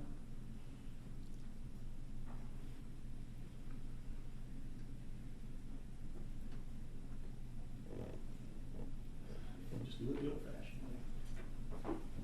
Do you have a bigger one? Big. Okay. All right. I'll bring this around to the jury. Mhm. If you could show us where you think you were on Satilla when you heard the shot. And Judge, may I approach this to see what's going on? Yes, you can move around to see what is being presented. I was around, this is the first intersection I was referring to. Okay. And I had already passed that one and passed several homes. Wait, but let's do so without blocking the jury. I'm sorry, am I blocking anyone? I'm going to bring it back this way in just a moment once we get it. Okay. I had already went through this first intersection, and I had already passed several homes. Okay. So I feel like it was around this area here. All right. Now, do you recall the address of the home that you received the call about? The original address was 219. 220? I'd have to go back and look at Well, you it. think it was 219. So here's 219, okay? Okay. Here's 220 right there. Okay.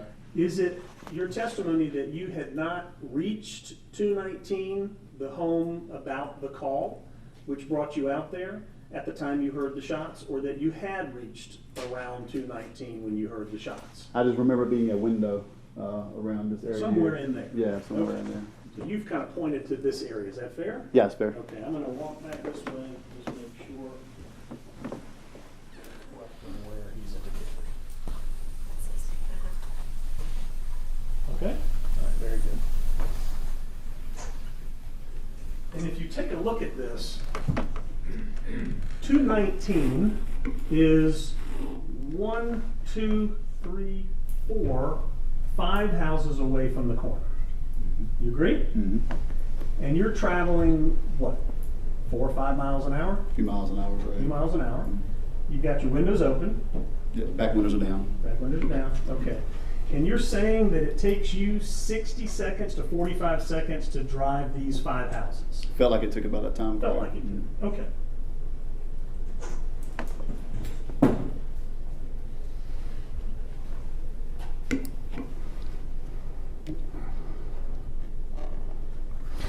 Now, you recall in your report that you wrote, you have that with you?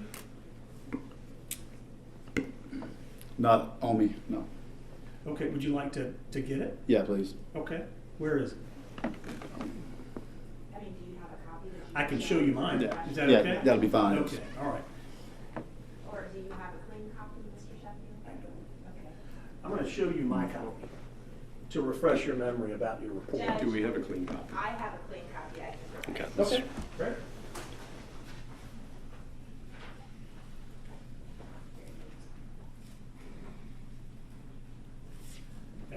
Yes.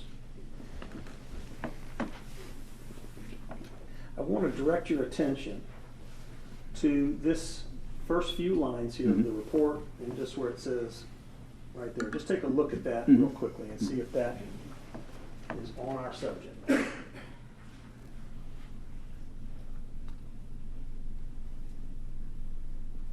Yes. Okay, so in the report that you wrote, this is a report that you wrote that day? Oh, yeah, that day. Okay. And the reason that you do this is so that you can accurately remember what happened that day. Yes, That day was a stressful day for you. obviously. Okay. And so the basis of writing reports is so that you can memorialize all the important details that you may need to recall, Yes, should you be brought to court, have to testify about something a year or so later. correct. Okay. And in your report, you wrote that a few seconds later, I heard. Objection, Judge, to Mr. Sheffield reading from the report, which is hearsay. It's his statement, and I'm reading it to him. Okay. You can you can refresh his recollection I with it. understand. Are you now recalling Yes, I what read you that. said about the time period between when you heard the shots and when you arrived at the two white males waving their arms? That's correct. And how many seconds was it? I said in my report a few seconds. A few seconds, Mhm. which is definitely not 45 to 60 seconds, correct? Yeah, well, the window for me was, with it being a few seconds, it was under a minute. It was when you're driving down through there, it felt like 45 seconds to a minute. It felt like that, but it really wasn't that. It was a few seconds. Okay. Right? Objection Yeah, to I'm not ask sure. the answer, Judge. I don't think he's actually admitted to what a few seconds is, Your Honor. It's a real simple thing, but I think I've asked him how long it was. He says it felt like 60 seconds to 45 seconds. That's fine. I've asked him, in fact, that it was a few seconds, and I think he hasn't said yes to that it was just a few seconds. He's provided you an answer. If you want to, And your answer was? Yeah, I wasn't looking at a clock, Okay. but All right. again, it felt like a few seconds, yeah. Okay. It was definitely under a minute. All right.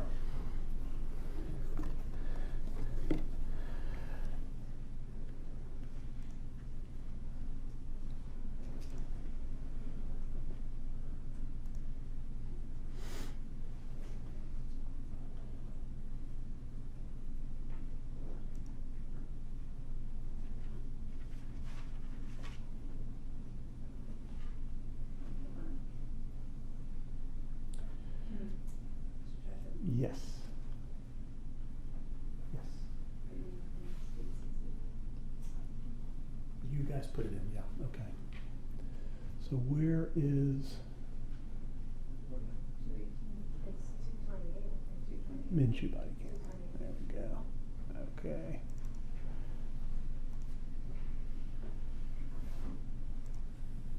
All right. I want to show you what's been admitted into evidence as states 228. This is your body cam. I think you've said you had an opportunity to review that. I have, yes. Okay. And what I want to do is I want to play just the first few seconds of it. Okay? Now at this moment we don't hear any sound. Why is that? You have a 30-second delay when you start recording. It goes back, records, but it doesn't pick up your audio till 30-second mark. Okay. And is it also the case that you don't have any dashboard camera in operation at this time? Yes, in that particular patrol car, did not have dash cam. It wasn't even equipped with dash cam. That's correct, wasn't equipped. Okay, very good. All right. Now, when you mentioned earlier that as you came to the corner of Satilla and Holmes that there were two men waving you down. These are the two men you're speaking of. Yes, that's correct. And they were trying to draw your attention over to where they were standing. That's correct. Okay, and this is when you pull up, you find them standing in about this same general area? Yes. Okay.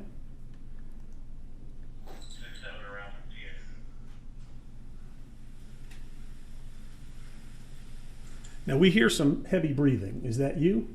I couldn't tell you, I'm not sure. Okay.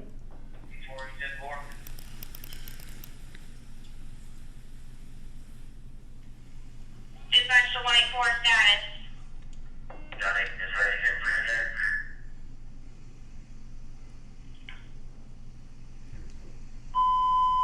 Dispatch all units, move all non-emergent traffic to channel 2.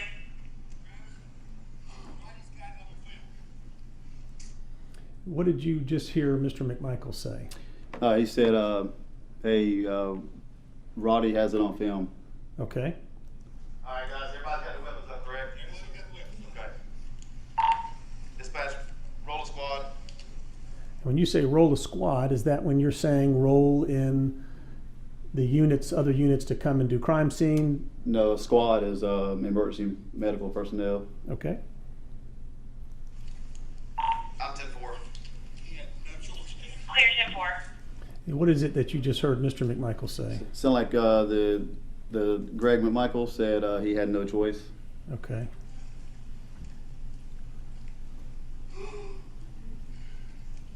You know where he got shot at, man? He shot on the front side too. Okay, all right. Dispatch 24, I need a few involved. All right. There's the blood on the back of Travis's head that you spoke about. Yeah, I see it. Okay. Negative. It's gonna be a black male, middle of the roadway. Looks like about mid-20s. 136. Do you see Mr. McMichael trying to console his son? I see him have his hand on his shoulder. He says he had no choice. Did you hear that? I heard him say that. Okay. Go ahead and start this way, please. Exact address? Satilla Drive at Holmes Road. Okay, so where we're pausing here, one of the things that you were talking about early on is the relationship to Mr. Arbery's body, where the gentlemen were standing, and how you were coming down the road, right? Yes. Okay. Is it true to say that there are no obstructions, no fences, nothing that blocks a person from running across that yard as you see it here? I don't see any obstructions in that yard, no. Okay. And you were, as we watch this come around, no, I think I moved it forward. Satilla Drive at Holmes Road. Satilla Drive. Okay.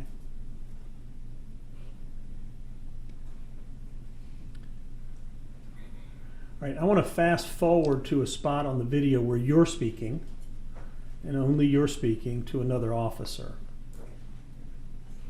Objection, Judge. What's the relevance of, objection to relevance, I'll say that. So what then Officer Minshew was talking to another officer about. So this is, Hearsay as well. okay.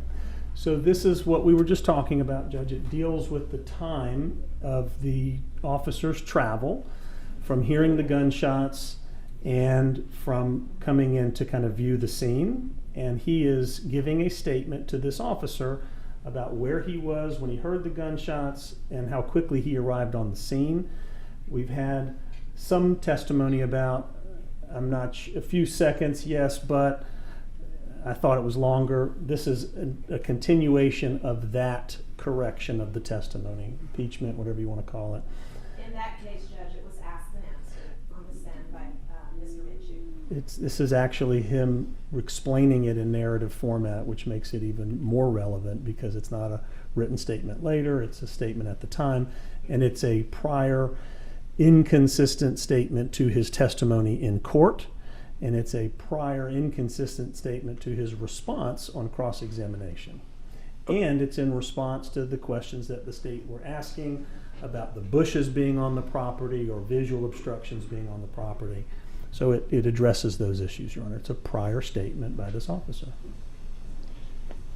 It's perfectly admissible.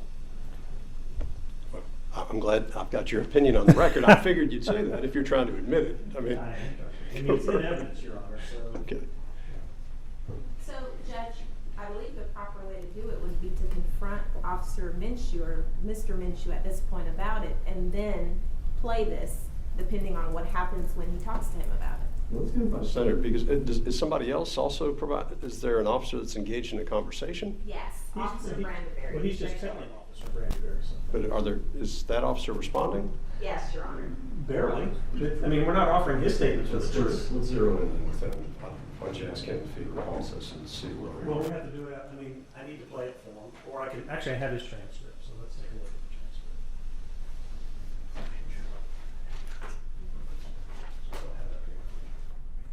I got it.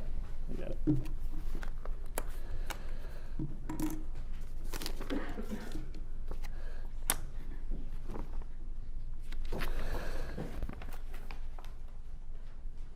can we approach Your Honor?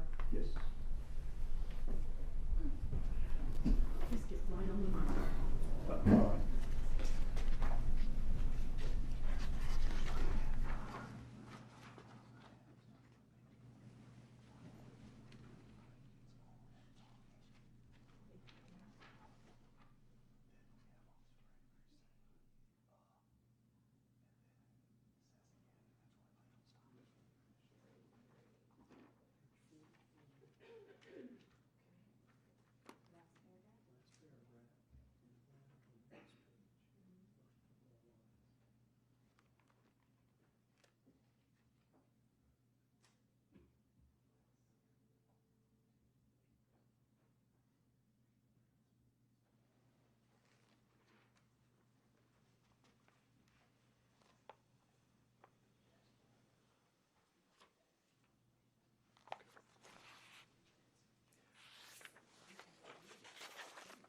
Okay, I understand what it is now. Yes. Well, let's give him an opportunity to address that, and then I understand, depending on what he says, we need to get into the video, that's fine. I mean, you're asking about his timeline, so let's get everybody zeroed back. Are you saying I can't play this yet? I don't remember what the last question was, so let's zero it's everybody that back you in. were speaking to Officer Brandeberry about your observations of when you heard the shots and where you were when you heard them and how quickly you were on the scene after hearing them. That's correct. Okay, and so, yeah. We have around the past 1037 call at the house that I was looking for, they called out. I was coming right through there and I heard the shots. Took me a minute to grab what's going on. I heard the shots, I was coming through. I didn't realize what had happened until I got right there. And then, as I was coming around right by where the fire truck is, when the shots went fire, I was right around that freaking bush over there coming this way. All right, so I think what you're saying is right when the shots were fired, you were right around that bush over there. Right. You're literally pointing to a bush that you can see in your body cam. Yeah, there's a large hedge of bush coming all the way across there. Yeah, and you can see where it is right here in the frame of this video, right? You're pointing to a large bush right over here. Yeah, it's a You see long, that? yeah, it's a long hedge, correct? Right. So when you hear the shots, you're over here by this long hedge, right? Yeah, on the other side of that. Just on the other side of that. Right. And then you come right into here where you have a view of the two gentlemen waving you down and Mr. Arbery's body in the road. Right, I came into view after that hedge, correct? Okay, all right. So that's what we're talking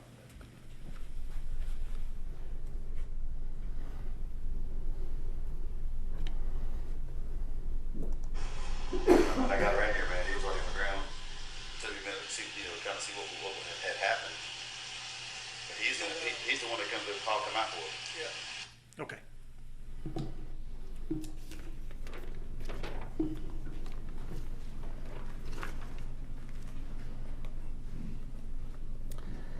And I believe that what you had testified to on direct examination with the state is that Mr. Bryan said to you that he did not recognize the people in the truck, meaning in the white truck. Yes. I think you testified to that.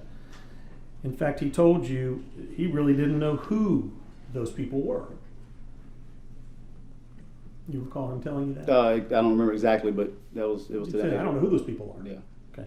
Yes. And at no time did he say to you that he was in communication with Travis McMichael or Greg McMichael throughout any of this interaction. That's correct.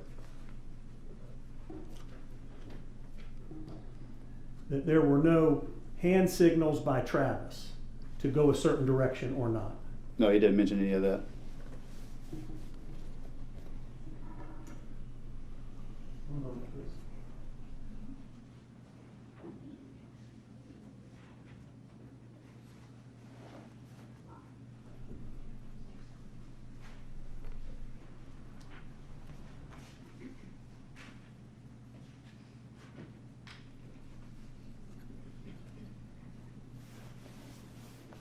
Okay.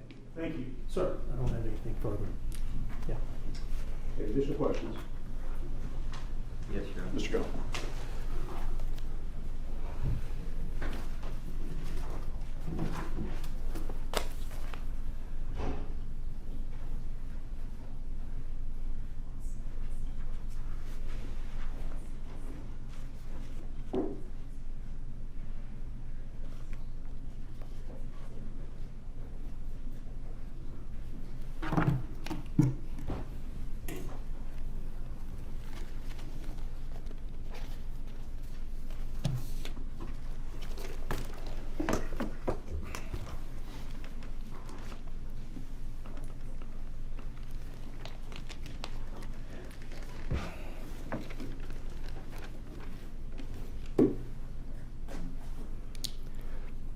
Good afternoon, sir. Good afternoon. Roddy Bryan, I'm sorry. Yeah, we're all trying to adjust here. Roddy Bryan never told you that he tried to run over Mr. Arbery with his truck, did he? No. Roddy Bryan never told you that he tried to hit Mr. Arbery with his truck? No. Okay. Obviously, had Roddy Bryan told you that he assaulted Mr. Arbery with his pickup truck, you would not have sent him home with his truck. Correct.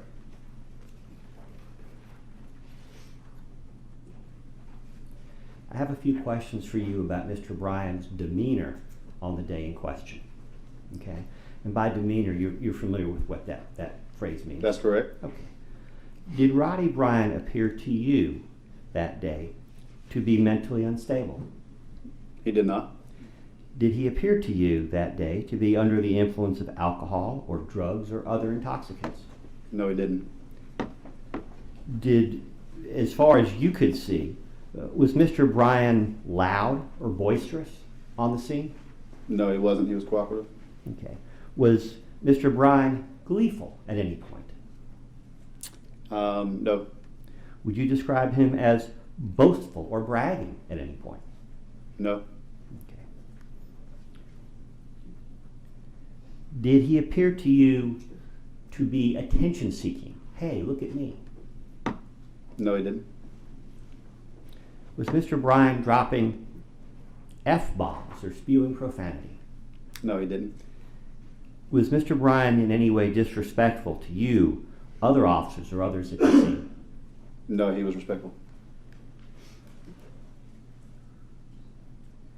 Roddy Bryan told you that Mr. Arbery tried to get in his truck, did he not? He did. He told you that he felt he was trying to get to the door handle. That's correct.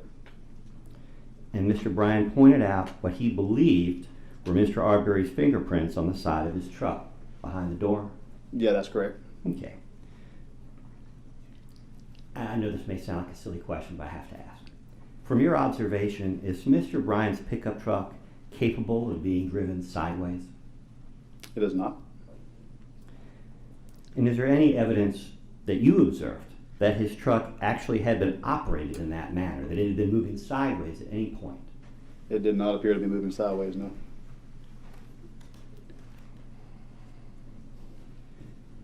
Now, we see Mr. Bryan's truck in the body cam video.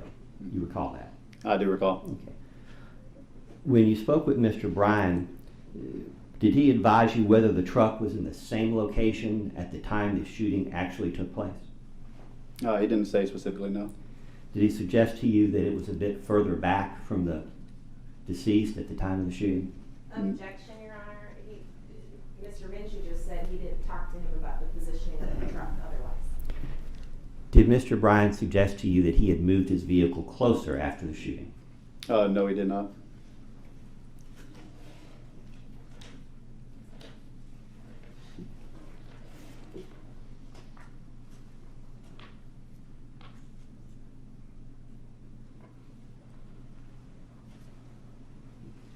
You have a question with your Yes.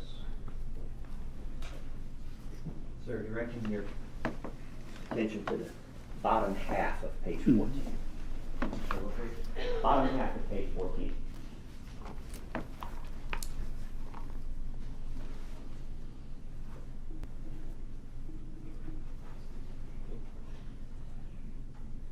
Okay, Now, there. this has been nearly a year and a half since you took statements from Mr. Bryan.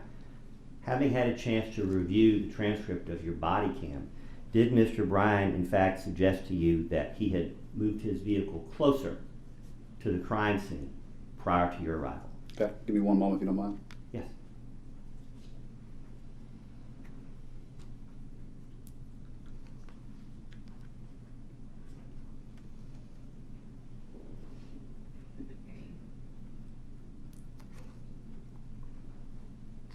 I do not see that indication on here.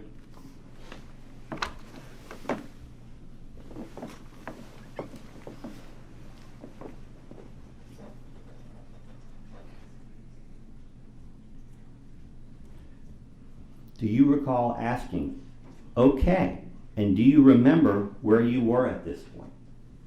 I can look in my transcript, but I don't remember. Do you recall, go ahead. Yeah. What page are we on? We're on page 14, about 2/3 of the way down. My copy of the transcript doesn't have line numbers, or I would give that to you. It's about 2/3 of the way down. Yes, I see. I asked, do you remember where you were at this point? And Mr. Bryan answered you? He says, I was back a little further than I am right now. Yes, sir. So in fact, he indicated that he did move his truck closer.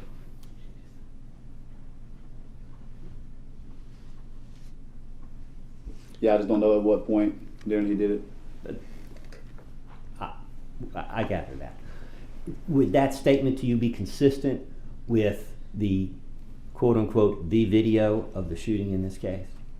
Well, he was still moving forward during the video, traveling in the forward direction. Yes, sir. But when the video goes off, his vehicle is back further than it is on your body cam video. I'd have to watch it. You can go ahead. Go ahead. I'd have to watch it, sir. I just don't remember. Okay, all right. Do you recall Mr. Bryan telling you that he worked at Southern Hardware? I don't recall. Do you recall whether he had any known connection to law enforcement? I don't remember him telling me that. He certainly never worked with you. No, sir, he did not. Okay. You were asked earlier whether Mr. Bryan told you that he called 911. Do you recall that question? I was asked if he called 911? Yes, sir. Yes, I don't remember him calling 911. In truth, you never asked Mr. Bryan whether he called 911. I don't remember if he said he did or not, or he never mentioned that he called 911 either. But you never asked? I don't recall asking him, no. Okay. And to be fair, you were already aware at that time of at least one 911 call. Yes, I do believe that a few other calls came in during my time of travel there, but they didn't get out on the radio yet.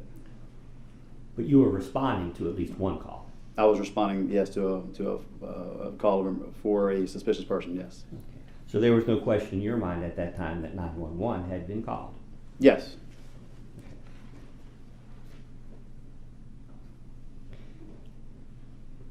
Now, Mr. Bryan told you that it was quote-unquote obvious that Mr. Arbery was up to something?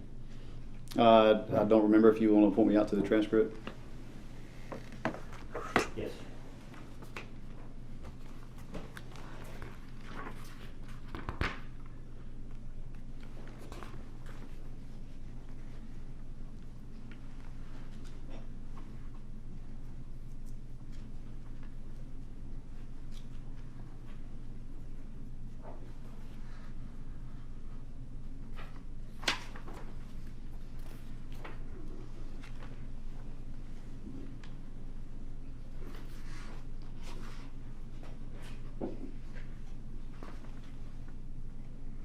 We'll come back to that one.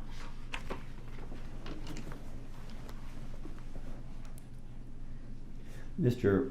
Bryan told you that he had been hearing and reading about stuff going on in the neighborhood? Objection, Your Honor.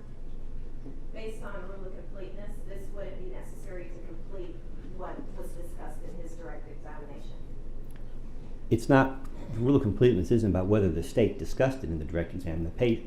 The question is whether the rule of completeness requires that it be brought out to complete the statement. If they had brought it out, I wouldn't be asking.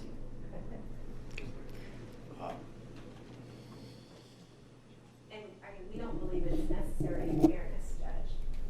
He's asking. Which statement is he talking about? What is it necessary to complete? Which part of it? I thought the state inquired as to what, if any, knowledge Mr. Bryan had that day. I thought they had already gone on to that in a different way. Well, what would he be aware of? There's no problem with the question. If it's directed at what he was aware of at the time. Yes. Yes. Okay, go ahead. Mr. Bryan advised you that he had been hearing and reading about stuff going on in the neighborhood. Yeah, I feel like I remember him saying that that people had been getting broken into out there. Did he advise you that it seemed to have gotten worse in the weeks before the shooting? I don't remember that.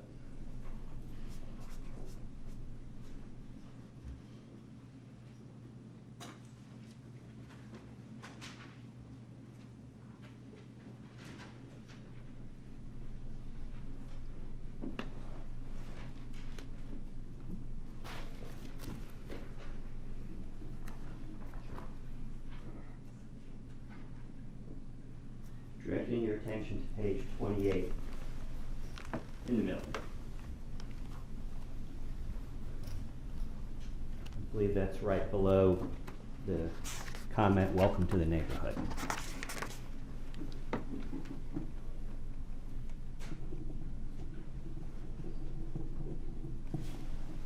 Would you like me to quote it? Yes, sir. What Mr. Bryan said. Correct. He says, I've been here for 3 years. I've been seeing some crap go on. It's been worse during the last 3 weeks from what I've been hearing and reading. Thank you, sir. Now, did you follow up with Mr. Bryan about specifics about the crime in the neighborhood, or who knew what when? Was that your role on the scene that day? No, sir.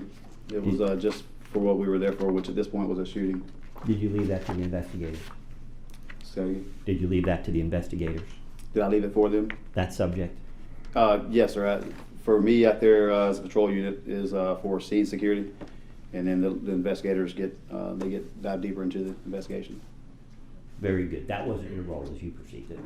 Correct. All right. And Mr. Bryan told you that Mr. Arbery would not stop? Can you point me to that, please? Just been so long, I don't remember. We'll come back to that. All right.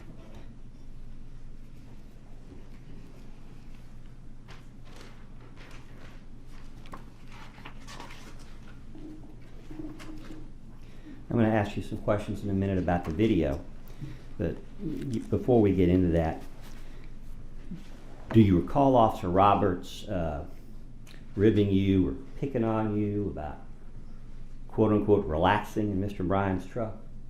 Yeah, when she first walked up, yeah. Something about getting in a car with her? Objection to hearsay of Officer Roberts, Your Honor. It's not offered for the truth of the matter asserted. It's explaining officer's conduct. Well,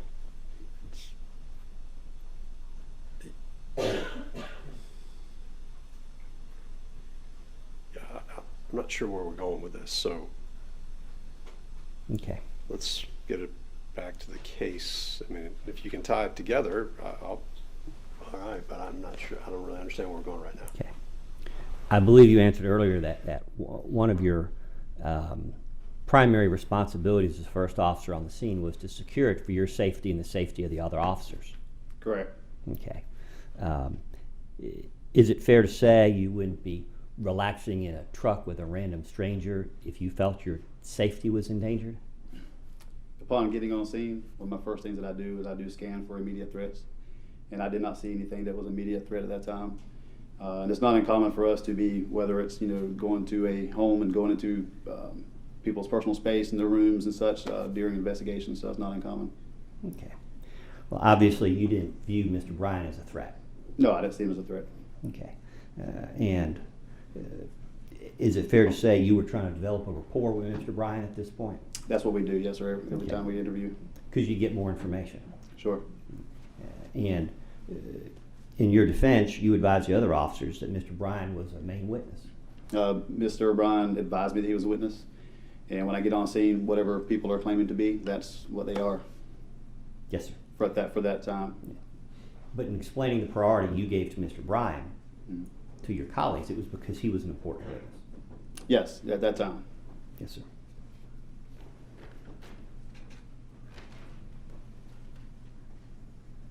Now, about the video itself. Do you recall whether Mr. Bryan told you that he started the video because he thought Mr. Arbery was going to get away? I don't recall exactly word for word. I do remember even asking him, was he just trying to get a identification of him? And he told you he was. Yes. And why is it that he wanted to get his picture? I'm not sure if you can put me to that quote. Fair enough, fair enough.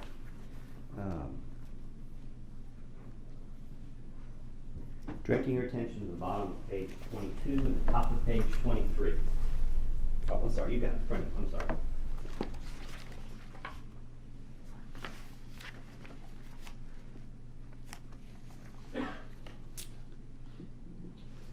Okay. Do you recall asking? I will. Yeah, I will tell you now. I asked him at what point did he start videoing, and Mr. William Bryan said, "Well, I thought he was going to get away." And you said so that okay. was the reason. Okay. All right. Did Mr. Bryan know how many videos he had? I think he said he wasn't sure. He had several. He had a couple. Did he tell you he had thought he started recording sooner than he did or earlier than he did? There's a little confusion there. I think he even knew at the time exactly when he started recording. When you and he sat in his truck, he didn't even know what he had. Right. He said he didn't know exactly what was on there. And he gave you the phone in his car. Yeah, that's where we viewed it at in the car. And you asked him if you could download it for evidence or obtain it as evidence. Right. And he told you sure. He did, yes. Okay. And you had trouble, because of the size of the file on the phone, you had trouble sending it by wireless. Yeah, that's correct. Sending it to email. So you asked Mr. Bryan for permission to make a second copy, a cropped copy, a shorter video. Right. There'll be a smaller file. That's correct. And easier to send. Say it again? It'll be easier to send. Yes. Okay. And he agreed to that? Yes. Okay. Now, at one point, I believe in the video, I think it's been shown, he told you that he had to put his phone down. That's correct. And at that point, he's putting both hands on the wheel. I'm not sure what he was doing. Okay. Did you see the wheel turning? Yeah, we'd have to watch the video for me to narrate it. Fair enough. And is it fair to say that Mr. Bryan fully cooperated with you? Yeah, he was cooperative. Is there anything more that he could have done for you that day? All we expect is for people to be cooperative, and he did just that. Okay. Now, I think you indicated earlier you did not Mirandize Mr. Bryan. No, I did not. And of course, he was free to leave. Yes. And in fact, you allowed him to leave the crime scene. I did. And that wasn't just your decision, that was a joint decision. For who else? Well, in your presence, did Officer Roberts tell Miss... Objection to hearsay of Officer Roberts, Your Honor. It's not being offered for the truth of the matter, sir. Whether he was in fact free to leave or not isn't the point. Well, how about what he recalls? I understand he was free to leave. Okay. And this officer's understanding is he was free to leave. Do you recall another officer also telling Mr. Bryan that he was free to leave? I don't recall. I'd have to see. Again, it's been so long. But he was not detained, which is why I didn't Mirandize him. And most of the calls that I respond to are not things of the nature of like homicide. So most of my investigations are based upon theft and shoplifting, things like that. So I usually talk to a witness, get their information, and then they're released when I get done with them. I'm not used to having to keep witnesses on scene. Very good. Direct your attention to the top of page 35.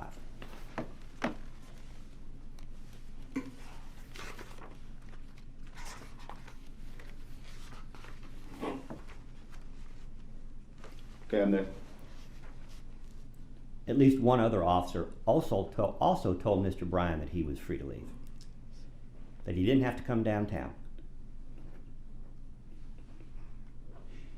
Yeah, it looks like in different contexts, but instead another officer said, you don't have to come down. We don't have to follow you around.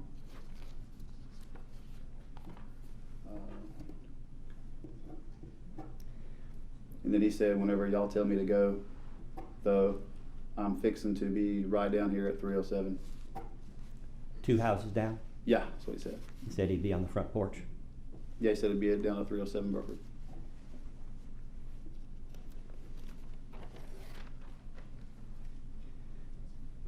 Did you search Mr. Bryan for any weapons at the scene? I did not.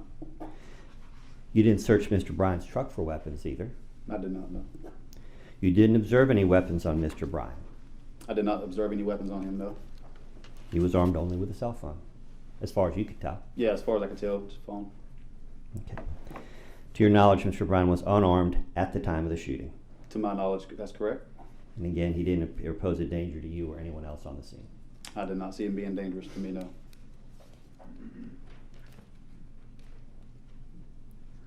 I have a few questions about the direct examination today.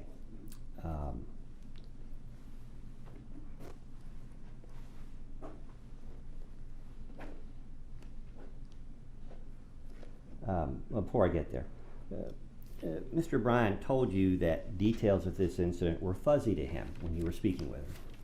I do recall that. Okay. And in fact, he was hard to follow. Yes, at times when he was trying to describe the directions that they went, it was very hard to follow. Which is why you had to go back through his explanation of what happened several times. Yes, correct. Okay.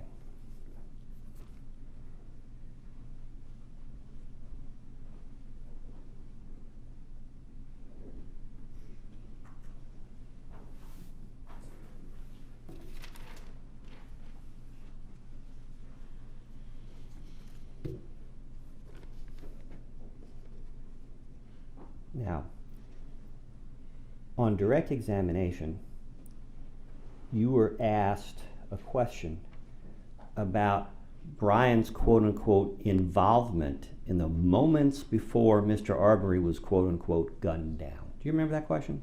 I do. And then you were asked to read back a portion of the transcript in which Mr. Bryan says that he blocked Mr. Arbery. Do you remember that? Yes, I do. Okay. That was page 33.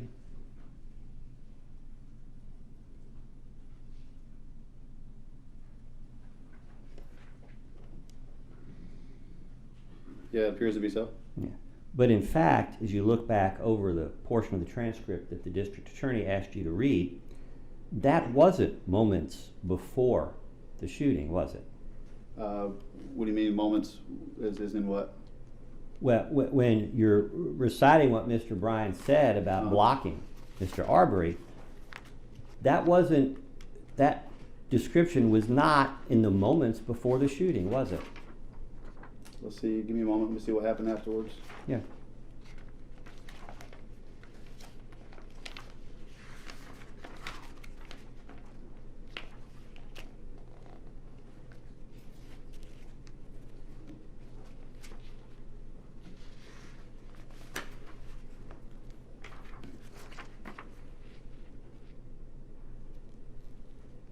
He went on to further describe some other things that happened afterward.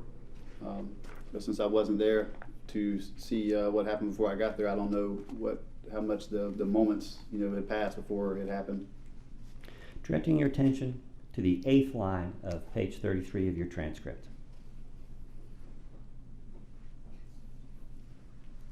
Okay. Looks like Mr. Bryan says, and he came back through this way. So I went back up in here and went that way. And that's about where your video picks up when I turned around. Okay. So all that takes place before the now famous video starts.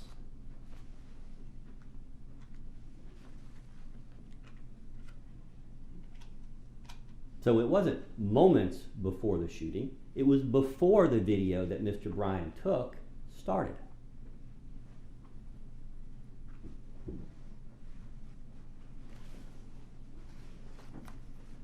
Yes or no?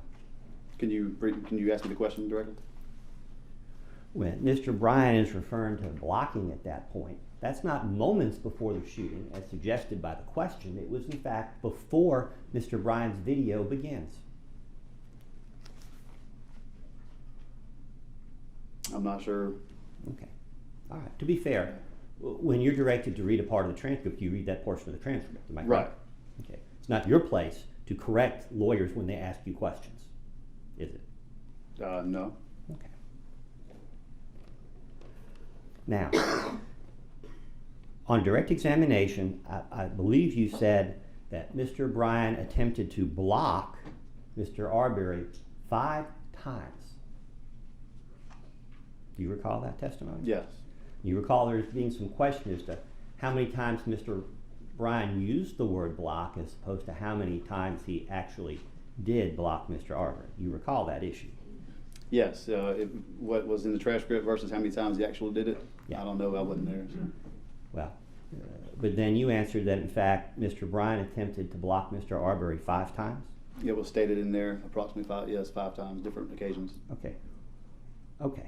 Well, would it surprise you that a word counter reveals that the word block is used in the transcript, the entire transcript, only 6 times? Okay. And that 3 of those times refer to Mr. Bryan circling the block, not blocking Mr. Arbery. Objection, Judge, to the defense testifying versus answering a question. I'll move on. That's sustained. Move on. You recall filling out a police report in this case, I do. summarizing your encounter with Mr. Bryan that day. Yes. Okay. If you could take a moment and review that police report. In your police report summarizing the conversation you've been testifying to today, how many times did you report that Mr. Bryan blocked Mr. Arbery? None. Well, it would be 1. 1. Certainly not 5. Am I Okay. correct? The way it's worded, yes. All right. And although presented as a consistent narrative here on direct, I think you've already indicated Mr. Bryan, you and Mr. Bryan went back over the same subject matter several times. Yes, and the directions that they were traveling. Okay. Including at least one time in the presence of another witness in this case. And I'm not asking you which one. Yes. Okay.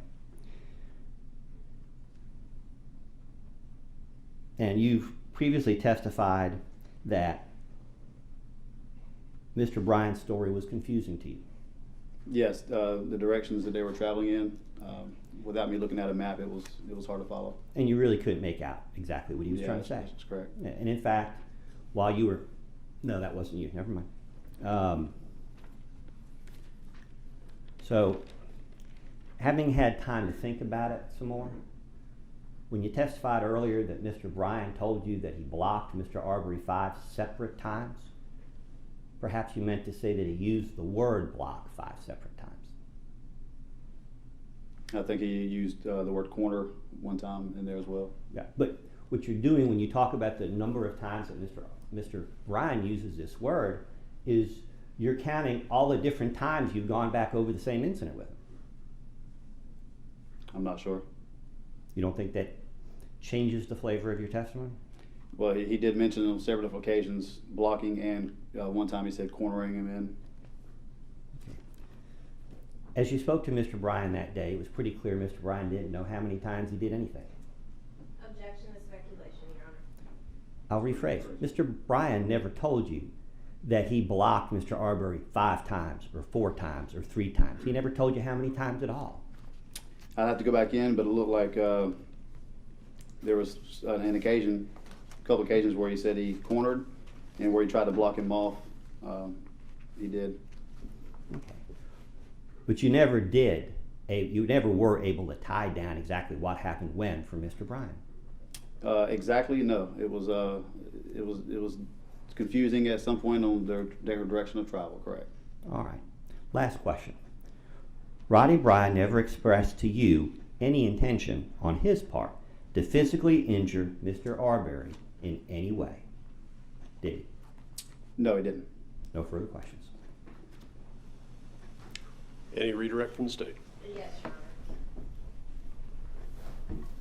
Honor.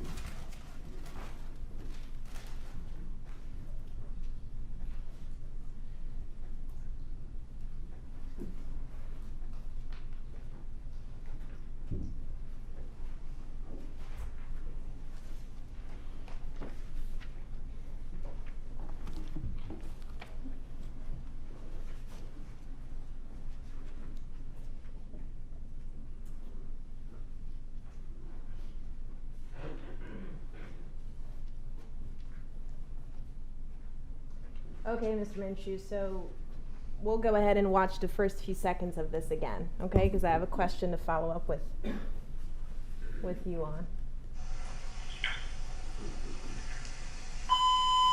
Dispatch all units, move all non-emergency traffic to jail 2. Okay, so are you able to see who this person is right here? To the very far left. Yes, sir. Looks like Mr. William Bryan. Okay, and who is this person right here? That would be Gregory McMichael. And what direction is he walking away from? He's coming from the direction of William Bryan in the white truck. Okay, and what did he just say to Travis McMichael? He said that Roddy has it on film. He has it on video. Okay, so Mr. McMichael and Mr. Bryan were talking right before you pulled up, right? I later saw in my camera, my video Axon camera, that while or right after I put up caution tape, that Mr. Gregory McMichael was over at the truck with William Bryan. Okay, and that's a separate time, but here he's walking away from Mr. Bryan while you're just pulling up, right? It appears that way. Okay. Now, you were asked about, I think by Mr. Sheffield, about those bushes that we were talking about when you were actually clearing the intersection. Remember that? Yes, ma'am. Okay.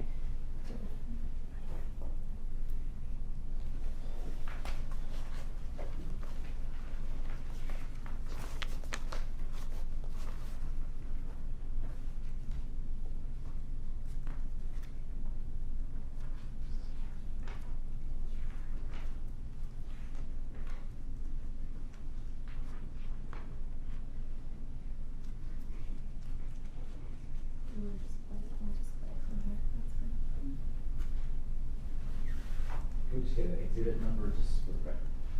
Sure. This is State's Exhibit 220, the very first video clip. It is at 1 minute and 08 seconds. Okay, thank you. So, Mr. Minshew, do you recognize what we're looking at here in States? You said 120? 220. Do you recognize this area here? Yes, that's the entrance to Satilla Shores coming in on Satilla Drive. Okay, so I'm gonna play it for you, and if you can just tell us where you think you were in your patrol car when you heard the shots, okay? What road are we on right here? Satilla Drive. Okay.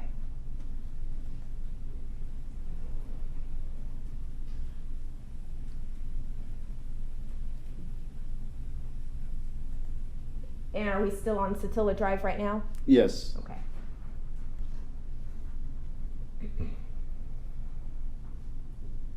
Probably around here, starting from there for the next few feet-ish. Okay. I'd probably say a little bit further. All right. Okay, we're in the window now. We're in the window to where I was right about here? at. Yes, ma'am. Okay, so I'm gonna back up just a little bit. All right, do you see this house? This Yes, building, ma'am. the structure? Okay.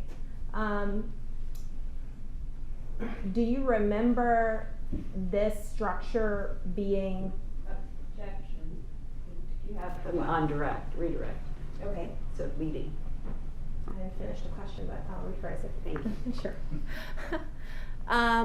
Now, you previously testified that the subject of the dispatch call was like a house under construction? Yes, ma'am. Okay. And do you see that house under construction in this clip of this body cam? Yes, ma'am. That's the one that's to the right there. Okay, is it this one? Yeah, it looks like it. Yes. Okay. So at the point where you hear the shots, were you past this house? I can't quite remember where I was exactly. Okay. I was just in that area. In just this don't remember. general vicinity? Yes, I just don't remember exactly where. Okay.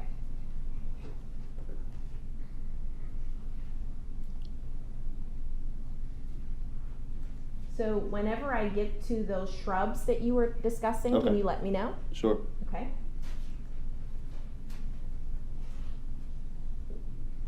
Okay. Back up.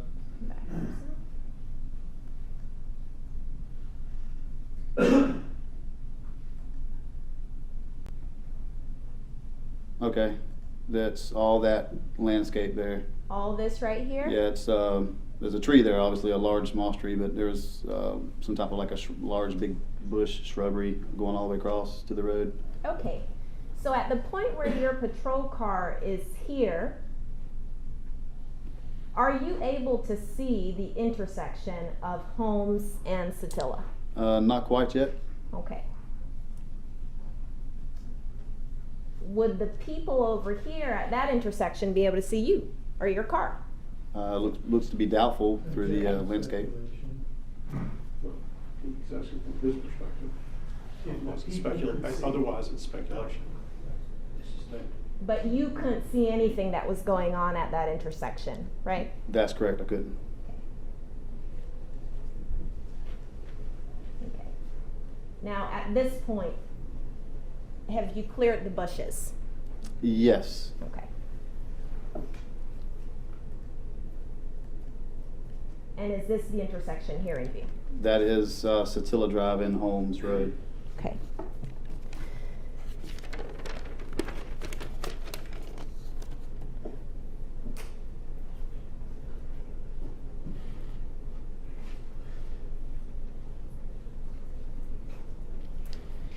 Okay.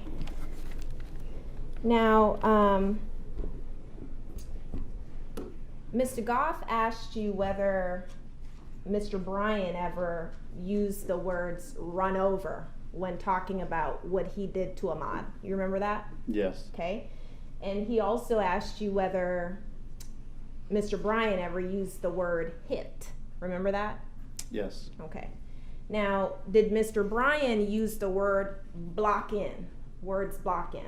I do recall him using block in and corner. Okay. And he used the word corner as well, right? Correct. Okay. And did he also use the words angled at him? Yes, something at him. Okay.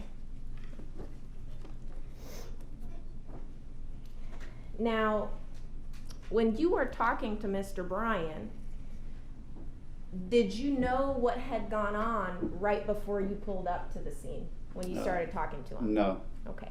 So did you know specifically what kinds of questions you were going to ask this guy? The basic general questions, the who, what, when, why, where's, but didn't know what had happened yet. So. Okay. So you were trying to gather information. Mm-hmm. Yes, ma'am. Okay.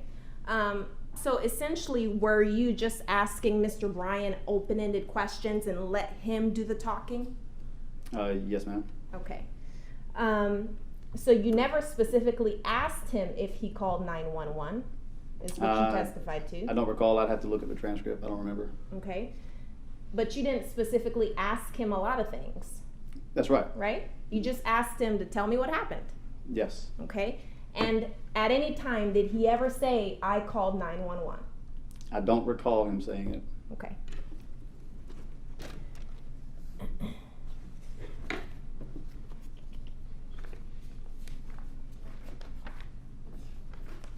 So I want you to look at page 28 of that transcript, please.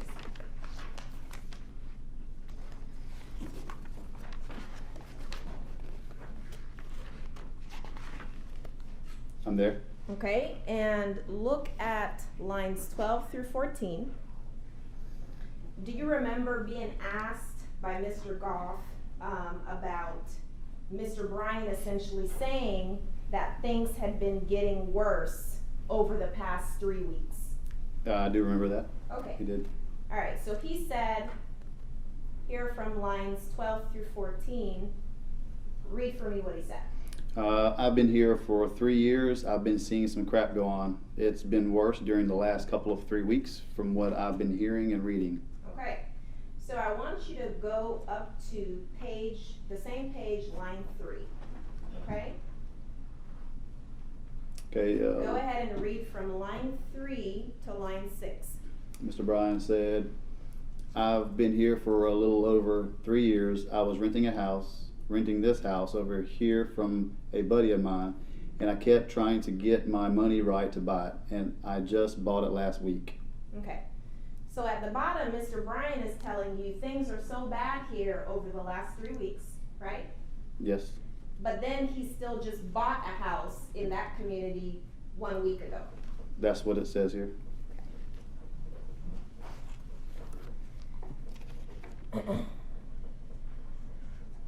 Now, you were also asked about you not seeing Mr. Bryan as necessarily a threat.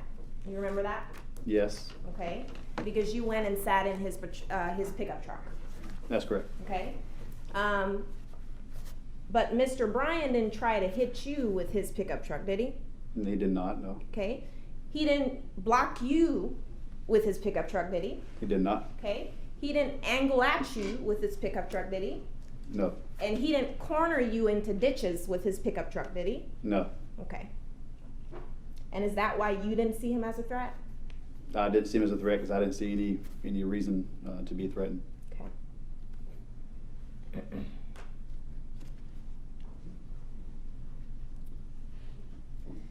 So, in terms of Mr. Bryan being a witness at the time when you're talking to him, as the patrol officer, is it your job to investigate whether a crime was committed and exactly what happened?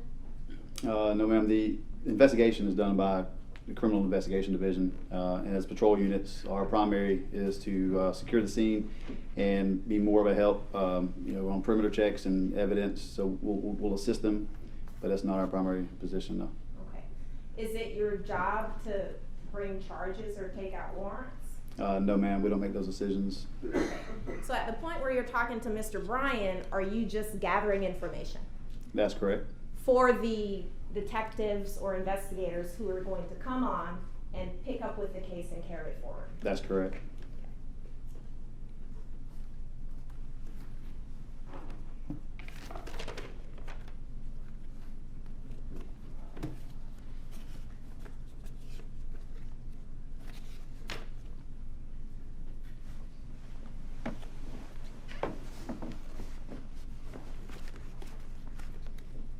Now, Mr. Minshew, if I were to ask you something at any point and you disagreed with what I'm asking you, would you tell me that?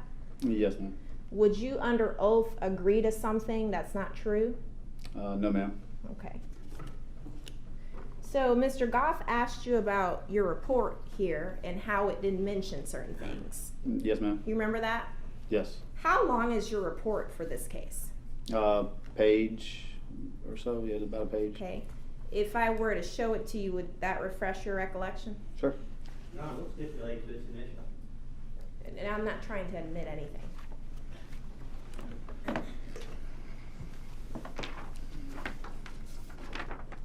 How long's your report? It's about a page and a quarter. Page and a quarter. Okay. Now that transcript that you're holding in your hand, how long is that?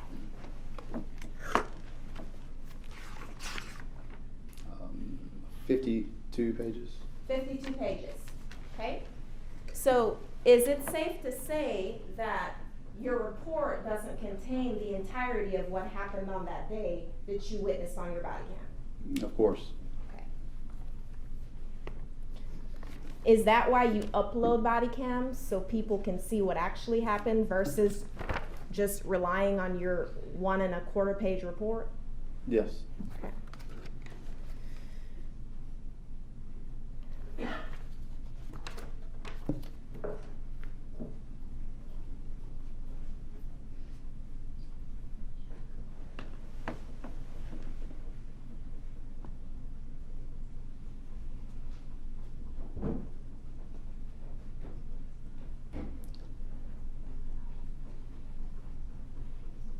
So I got one more question for you. Do you remember towards the end of your body cam having to go back somewhere to get someone? Yes, as I mentioned earlier, most of the things that I investigate as a patrol unit, we don't have to really detain witnesses very long. we gather information, get the personal information, phone numbers, and then usually they're on their way. We make our decision fairly quickly for probable cause.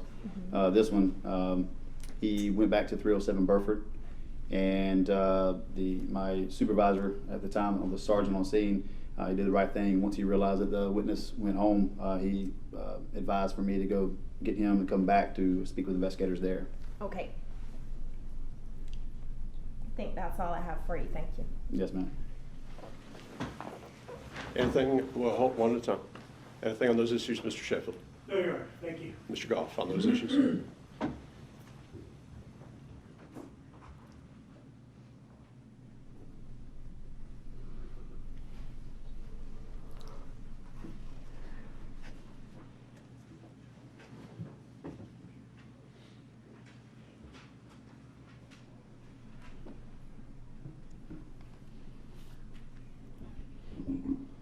Mr. Minshew, a moment ago when the state started examining you again, were you telling them what you actually recalled, or what you thought the district attorney wanted you to say? Which question are you referring to? Well, I can be clear. I believe you just testified that Mr. Bryan, when you were speaking to him on the scene, referred or referenced angling Mr. Arbery several times. Do you recall just moments ago telling the jury that he was angling Mr. Arbery? I think it was angled at him. Yeah, angled at him. You remember saying that? Yes. Okay. Show me where in the course of that entire 50-page transcript Mr. Bryan uses the word angled.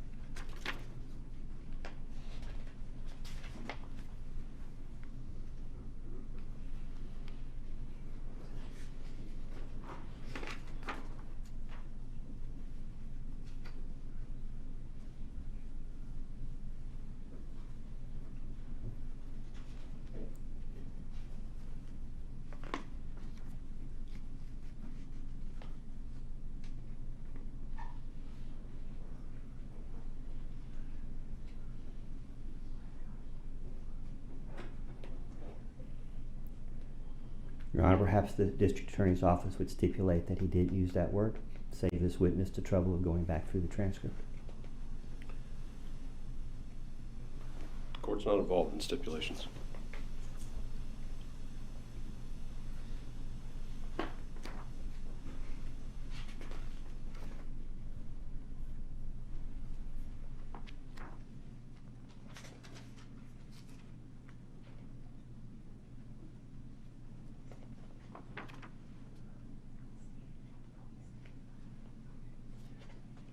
Your Honor, I believe the state would like to reach a stipulation.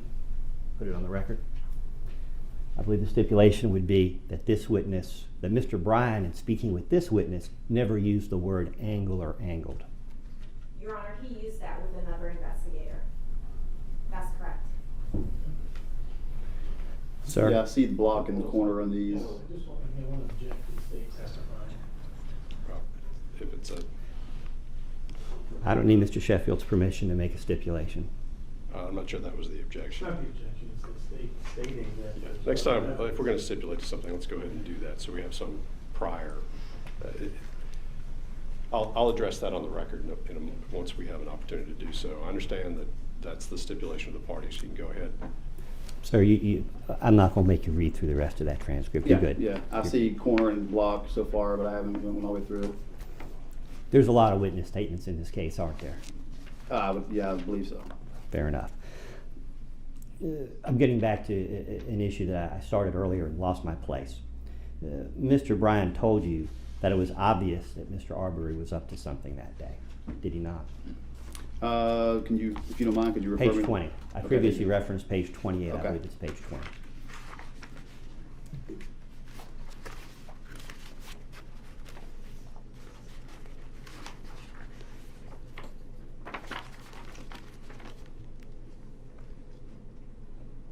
Six lines up from the bottom.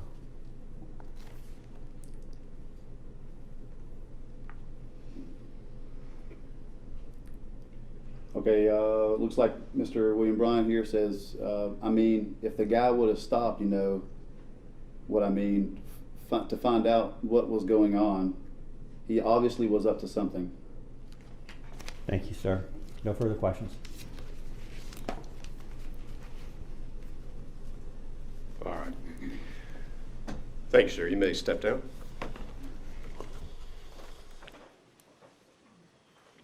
And I understand this witness also, we are releasing today, but remains subject to recall. Correct, Your Honor. All right, you are released for the day, subject to recall. All right. Thank you.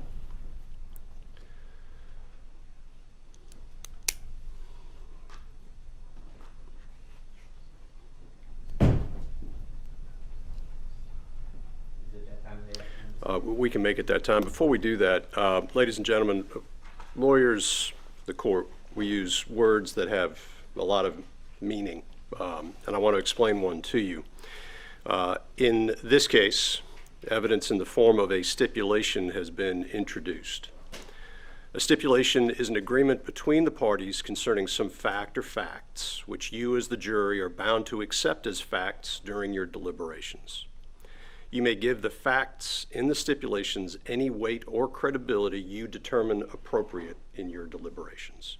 So, with that explanation of what a stipulation is, we're going to take a 15-minute recess and we'll come back for continuation of the evidence. Thank you. It's all right for